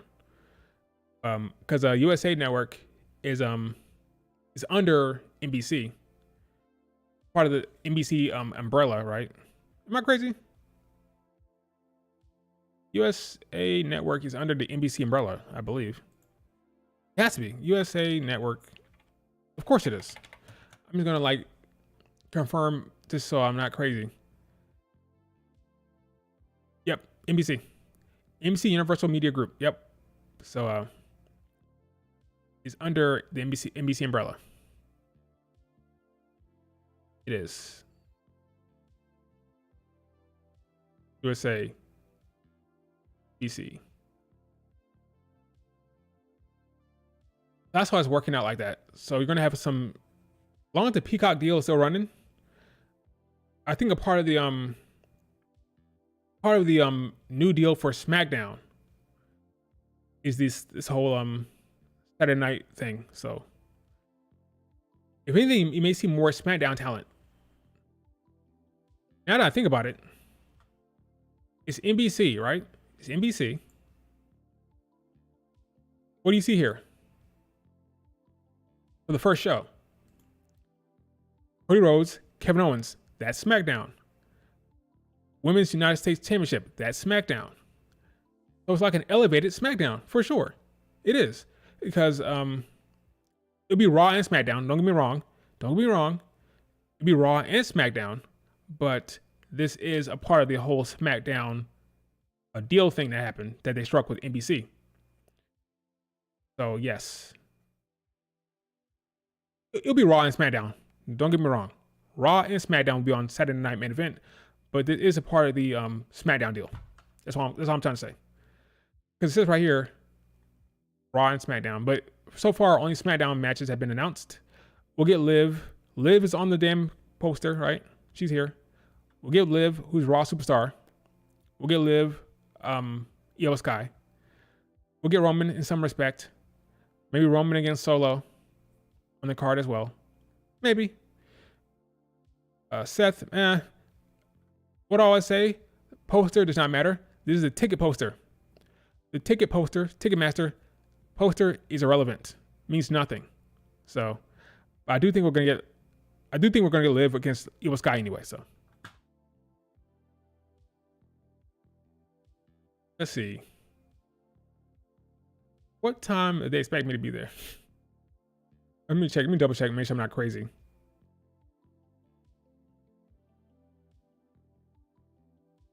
And because I know you're usually on time, but dinner probably going to start around 3:37. Okay. So one of my sisters gave me a heads up. She said, okay, dinner will probably start around 3:30 or 4 o'clock. So she look what she said. She said, and because I know you're usually on time, I'm sure nobody will have told you, but dinner is probably starting around 3:30, 4 o'clock. So one of my sisters know that I'm usually on time. So she gave me the heads up to not show up until 3:30.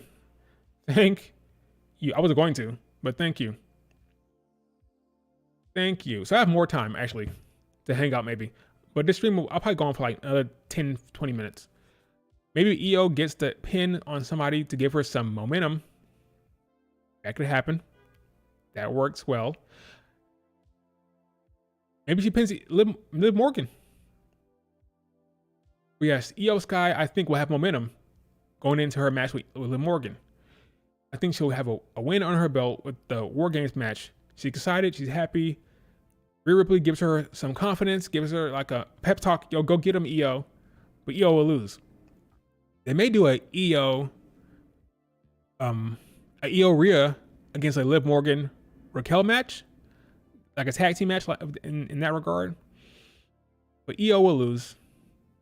But yeah, I can see a EO Rhea versus Liv Raquel match in the future.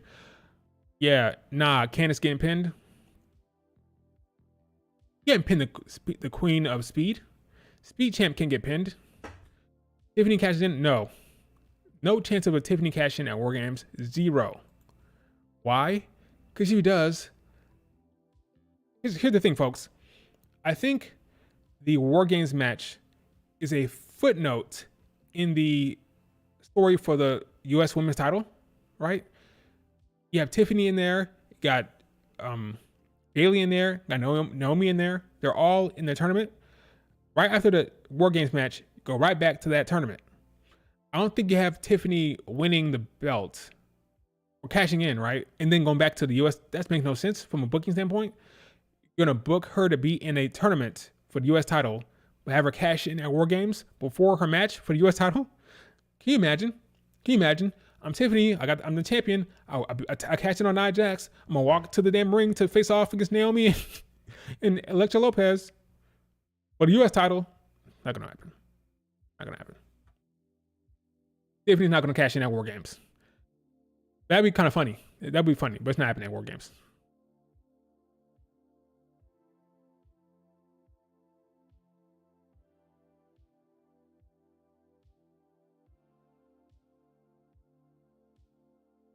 Not happening. Imagine if Liv gets pinned. Oh my God, if Liv Morgan gets pinned at the WarGames, my goodness. What if Charlotte Flair versus Nia Jax at Mania? And Tiffany catches in on Charlotte. I think Charlotte Flair is coming back.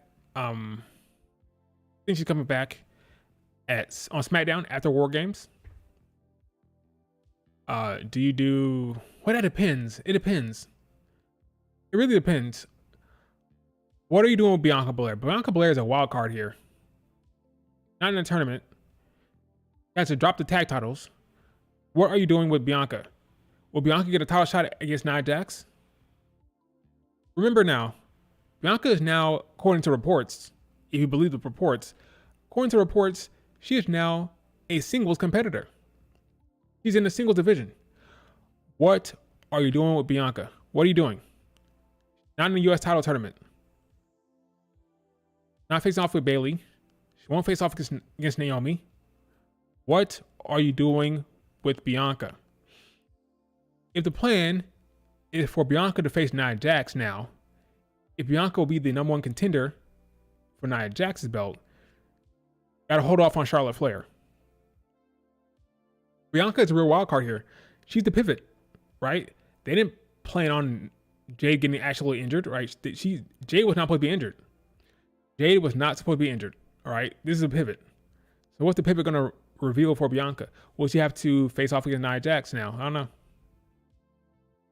Double champion for Tiffany? Yeah, right.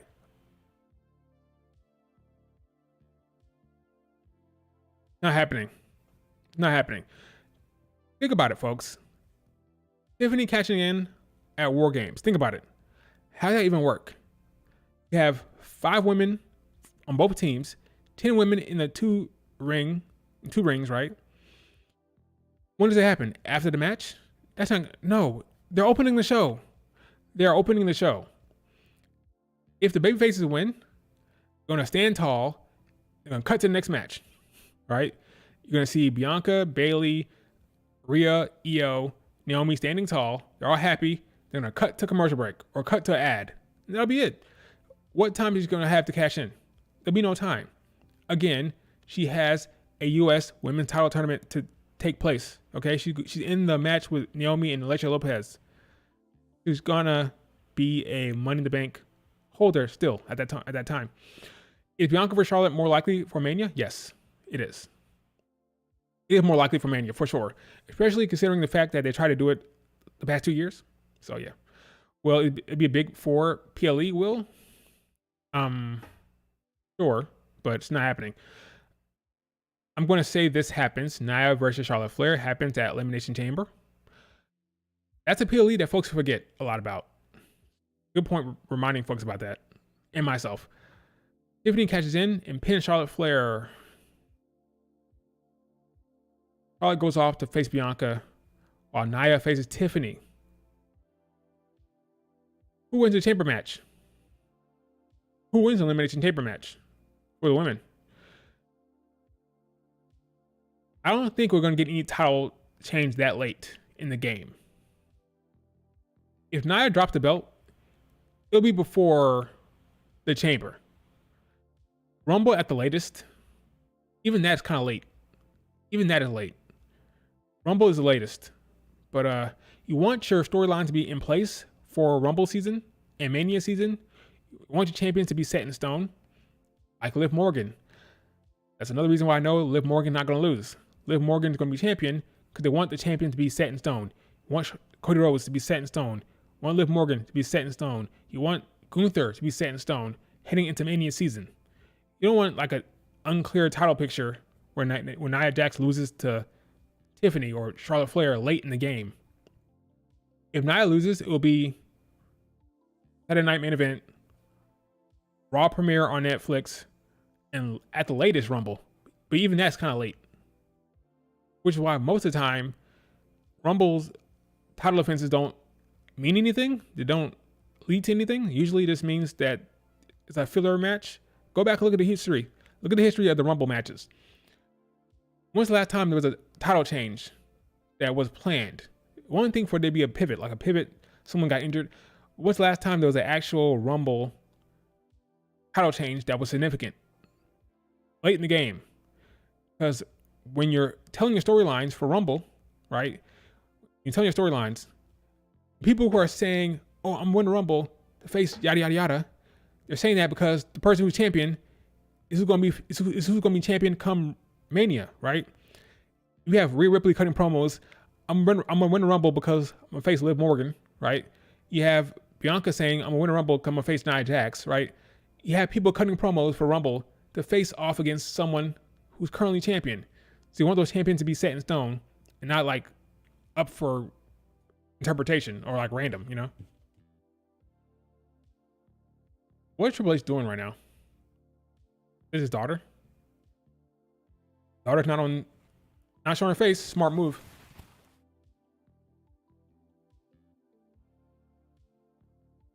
Free fist workout with the daughter. That's nice. Great for Triple H.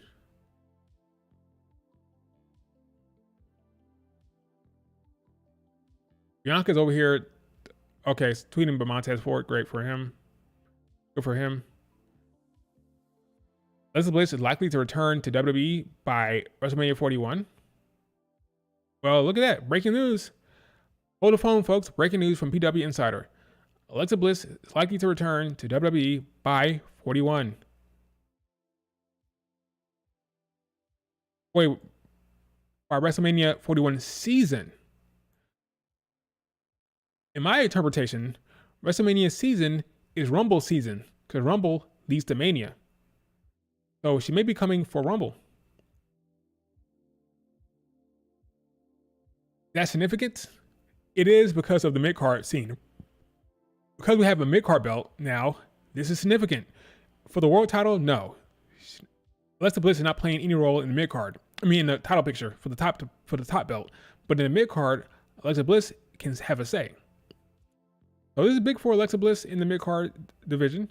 she'll be back for Rumble season, I think. According to this. Does she go after Liv Morgan? Well, no. She'll be the mid card. Liv Morgan will have her eyes set on Rhea Ripley going forward. As much as it pains some of you guys, Liv Morgan will face Rhea Ripley at Mania. I don't see a Rumble match for Liv Morgan against Alexa Bliss. I think Alexa Bliss will be in the mid card. I could be wrong. Could be wrong.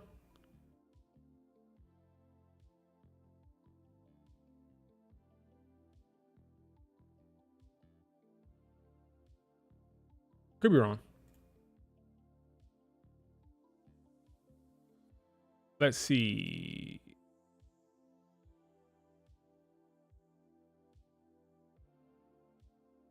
Anything else happening? Any other breaking news? I don't see it, so.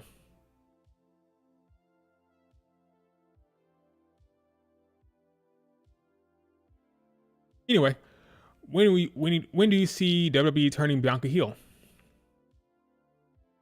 It's a damn good question. If Bianca Belair ever turns heel, it'll be a long, important character development because Bianca has never been heel on the main roster. It'll be like a Drew McIntyre level thing or like Kevin Owens thing where you see the progression, you see the turn over some weeks. That's why I'm surprised about so many people think, oh, she turned heel by attacking Jade Cargill. It doesn't make sense for her booking. If we turn Bianca heel, it needs to be a big deal. It needs to be an actual storyline involved there. So I don't think Bianca turning heel right now. Probably 2025. If you want to do Bianca versus Rhea Ripley, you want Rhea to be a face, turning Bianca heel might be the best option. I'm down for it. As long as it makes sense, as long as it's good, I have no problem with it. So 2025.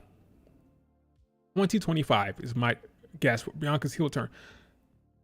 Breaking news, Liv Morgan beating Io at Saturday Night Main Event. Yes, that's what's going to happen.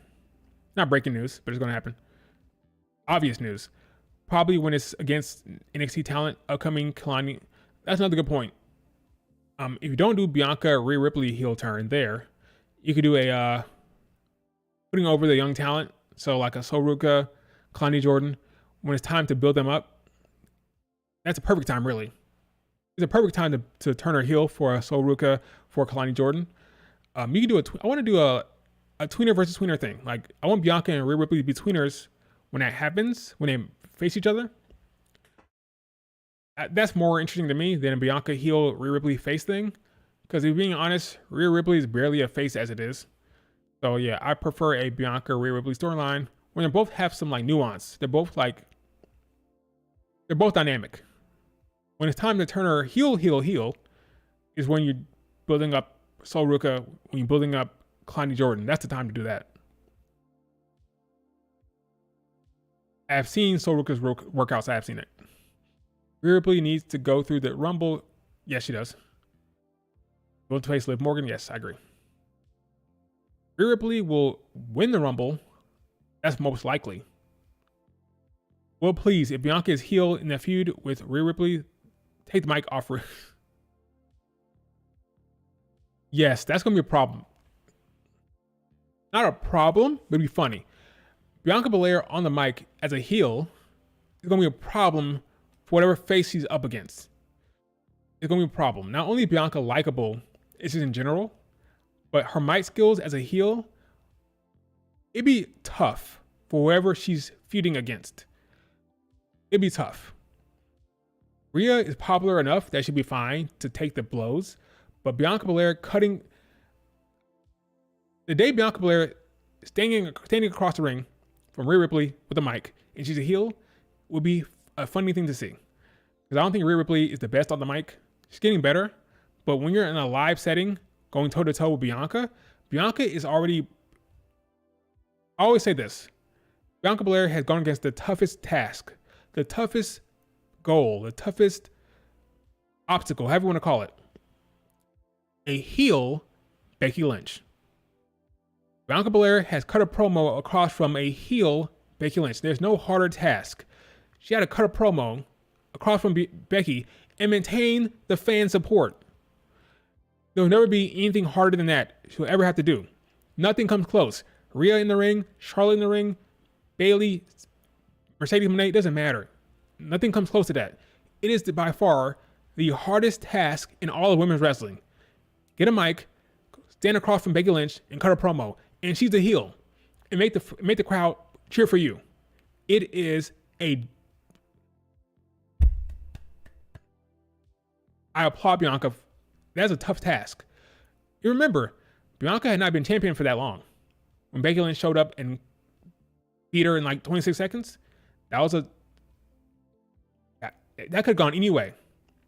But she stepped up, got the crowd support, cut promos across from Becky Lynch as a heel, and it did a damn good job getting the crowd support. Now, Becky Lynch helped with that because she's a good heel, and she worked the crowd in a way that helped Bianca as well. But that's by far the hardest task. There'll never be a harder task than that. So now you're telling me Bianca as a heel against Rhea Ripley as a face? Wow. That's all I'm going to say. Wow, wow, wow.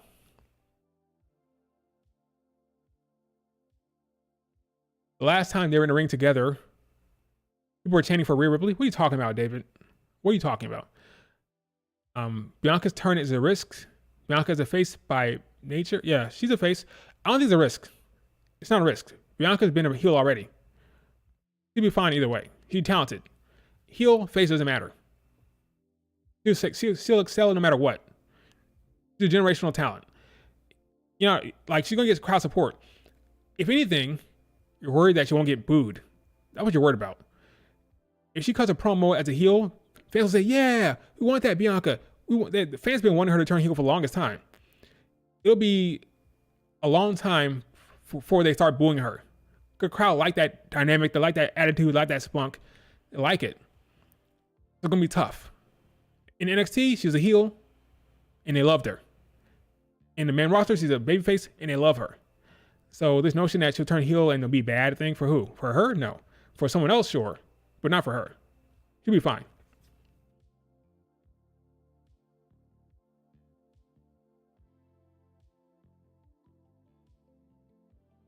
Bianca Belair as a heel, cutting a promo on Rhea Ripley would be a thing to see. That's all I'm going to say. I'm not going to say it's going to go any type of way. I'm just saying Bianca Belair as a heel, cutting a promo against Rhea Ripley. It'd be interesting to see the crowd reaction to that. That's all I'm going to say. I see Tweener Bianca happening. I agree. Same here. When the Bianca Rhea Ripley feud happens, it should be more tweener rather than a heel, I think.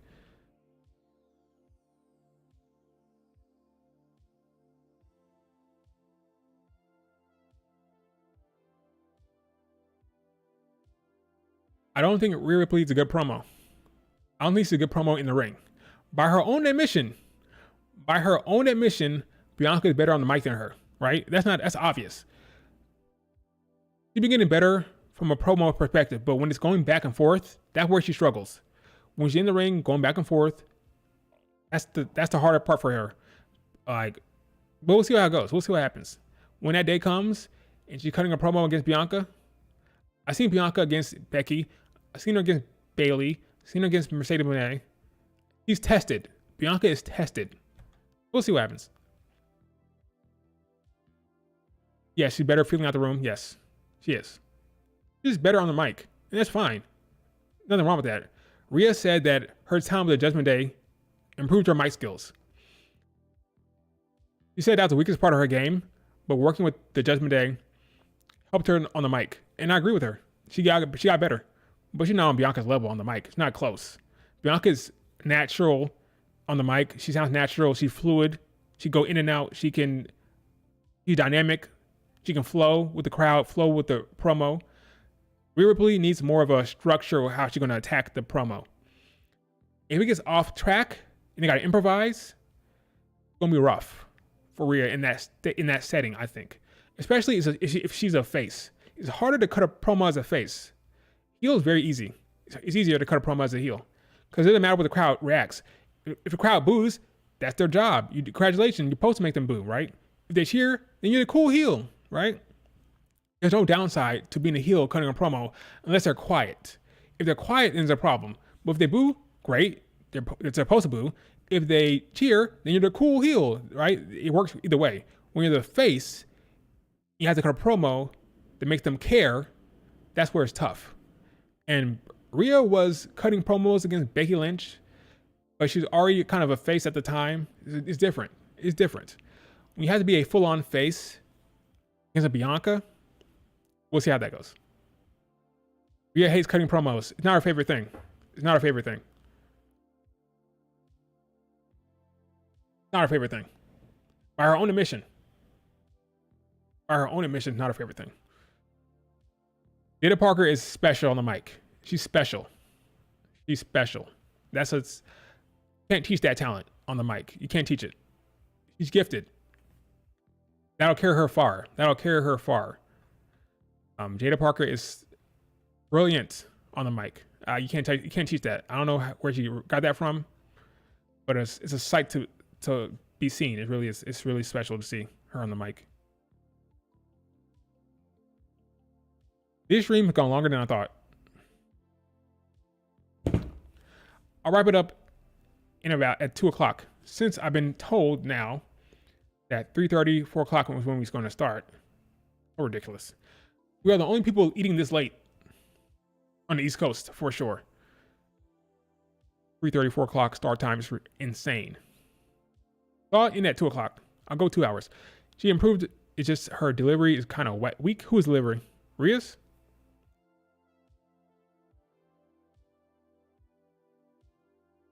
Oh, they said he used to force Rhea Ripley.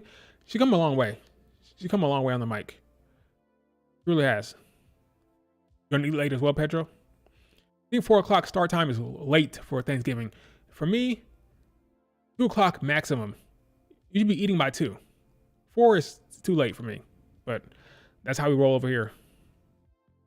I'm not complaining about it. I'm complaining about the start time.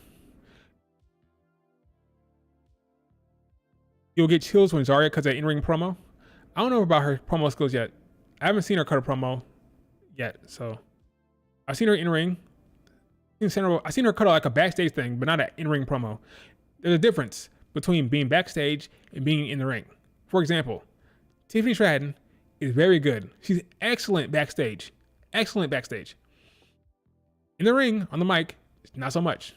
It's harder. That's her biggest gap she had to make. That's her biggest weakness. In-ring live mic for Tiffany Stratton. She'll get there though. She's young. She'll get there. But yeah, backstage segments and live in the mic, live in-ring on the mic are two different things. It really is. Way different.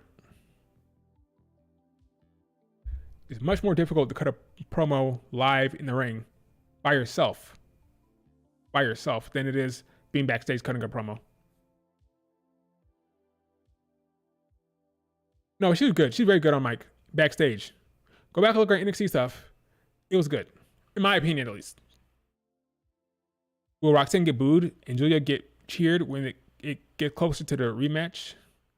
Well, she's getting booed and cheered now, right? Like, Roxanne's getting booed now when it comes to Julia, right? Julia's getting chanted like crazy when they fought each other at, can't remember the PLE. But Julia's getting cheered already over Roxanne Perez. But yes, they'll be ready for a title change when that happens. Because at that point, at Stand and Deliver, it'll be months and months and months of Roxanne figuring out a way to wiggle her way out of title defenses, right? So by the time it happens at Stand and Deliver, the crowd will be ready for the title change. They'll be really ready for it. They will be very, very much happy to see that title change. Yeah, Julia's over like crazy right now. She's over. It'll be a huge moment when she wins that belt for real. Yeah, it fits her personality, her character to cut promos the way she does. But she's great. The problem is in the ring. When you call Bailey Pam, remember she did that? That was funny. Look here, Pam, Bailey. Called her Pam. That was funny. I like Tiffany a lot. But you did call her Pam. Pam Bailey is what she said. Pam Bailey. So here's Tiffany on the mic, back in NXT. Check this out. Okay. You tell me if this is good or not on the mic. Her backstage is excellent, I think. It's very in character. So I'm willing to do whatever I have to do to rip that title down. Love the confidence you got going on, but did you see that I just won and now I'm in the match? So you and every other woman's chances just went from possible to absolutely screwed. That woman's championship is mine. Oh my gosh, another Tiffany Epiphany.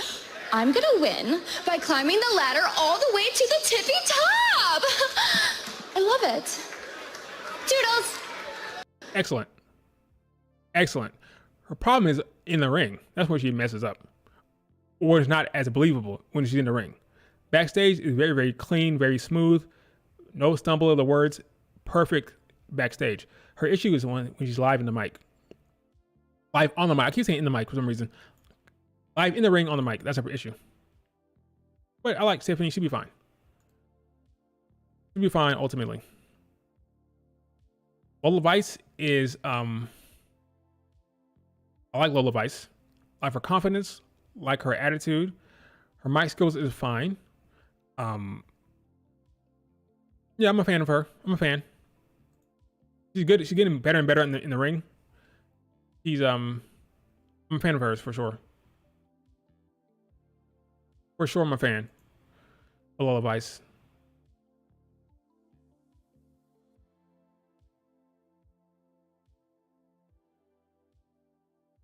Like 25 years old. Tiffany has like all the time in the world to get better on the mic in the ring.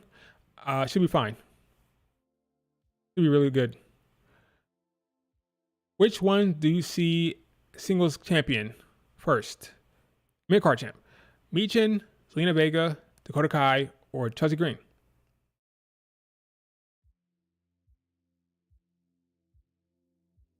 Very good question. Michin, Zelina Vega, Dakota Kai, or Chelsea Green? Well, Chelsea Green has the crowd support behind her. The fans want it. If you ignore that, just think about Triple H. Probably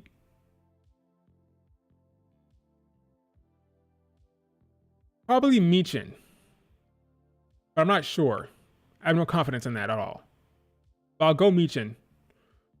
I think.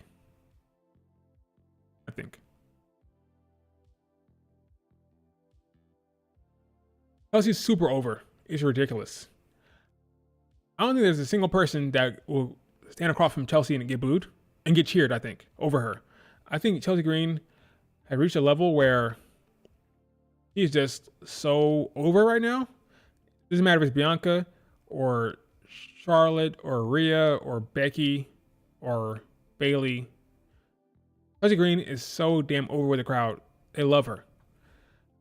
Fortunately for the fans, I don't think Chelsea Green is going to be champion anytime soon. Not the way she's booked currently, but with that reaction she keeps getting, they're not going to have a choice. If it keeps going like this, they're not going to have a choice. They got to do it. They'll pull the trigger eventually. They're not going to have a choice. Imagine if Charlotte Flair comes back and wins the U.S. title. If Charlotte Flair comes back and wins the U.S. title, I will... That's not going to happen. But if it did happen, I may lose it myself. That's insane. That's insane. It can't happen. It can't do that. But that'd be hilarious. It'd be hilarious, for sure. It'd be hilarious. I laugh for sure. But she got bigger targets. She got bigger priorities. I think Nia Jax is the move for her, but we'll see. We'll see. All right, we got 4 more minutes. I will holler. Wait, early prediction for Money in the Bank winner next year?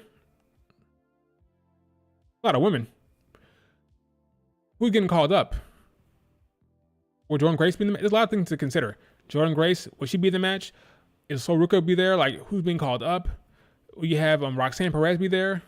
Like, a lot to consider.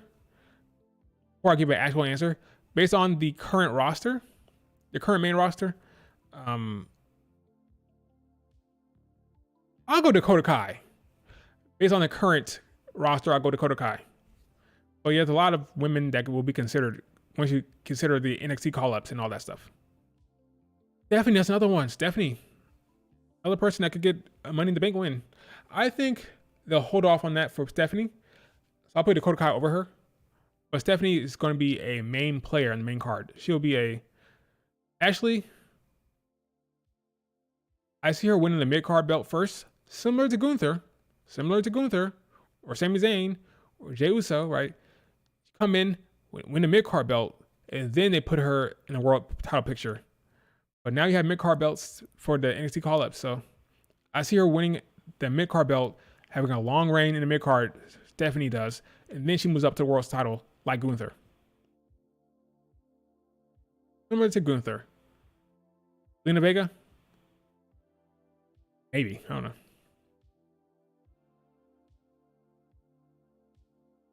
Got Finn doing what? I think Finn needs to win the world title soon. When does that happen? I don't know, but I want Finn to win the world title because he deserves it. He deserves it, but funny. His stuff is funny. He's a funny guy. Definitely getting a huge push when she gets called up. Yep. Will she be a babyface? Probably. Or she be a heel like Braun Breaker that's just popular. Like Braun Breaker is technically a heel, but he's like beloved. Very popular with the crowd. Stephanie would be the same thing. Because she's going to be winning her matches clean. Her whole thing will be, I'm great in the ring. I'm a bad guy, but I'm great in the ring. So,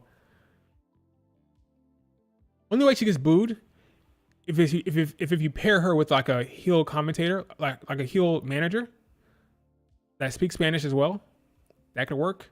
But a heel Stephanie is not cutting a lot of promos, just being a badass. She's not getting booed. So you want to get booed, gotta introduce a manager that can talk for her, that will talk shit, right? But if not, nah, I don't see it. He'll be like a tweener or a face, a badass mid-card champion for a while. I love Stephanie, she's great. Stephanie will be massive when she gets called up. Same with Julia. Julia will be there for longer in NXT. Stephanie gets called up immediately, I think, next year. Julia will spend an entire year down there once she wins. She'll go an entire calendar year. Then maybe she gets called up next year. By next year, I mean 2026, maybe. Maybe. They want Julia to be the face of NXT for a while.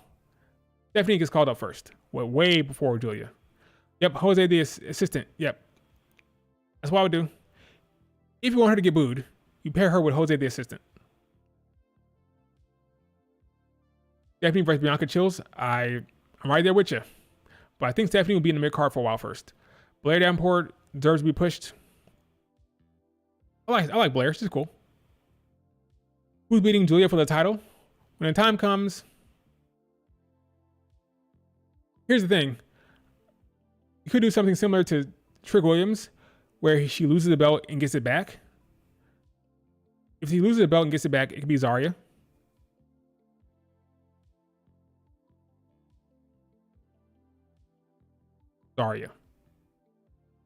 Unless you want Zarya to be the mid-card belt or the mid-card champion in NXT, then it could be they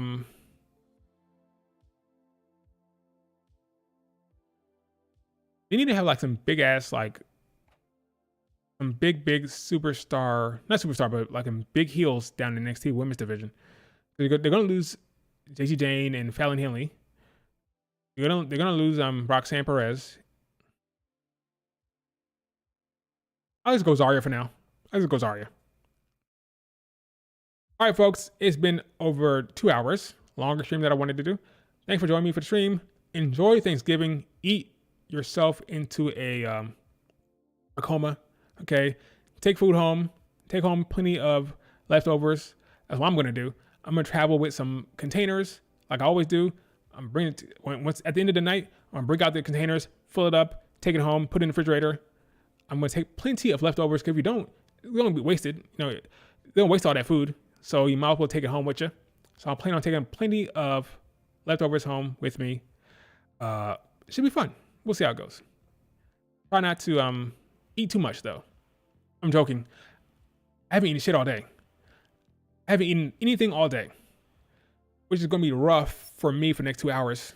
But I think I can manage. I can like hold off until 4 o'clock ish. But yeah, I haven't eaten anything.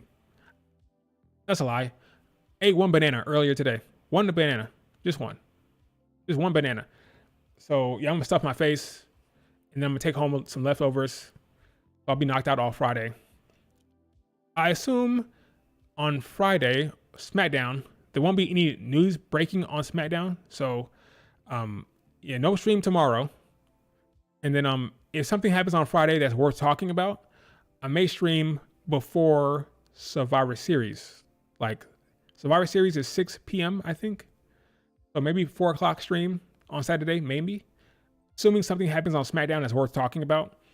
If there's nothing on SmackDown worth talking about, then I probably won't stream on Saturday. But if there is, 4 o'clock before Survivor Series.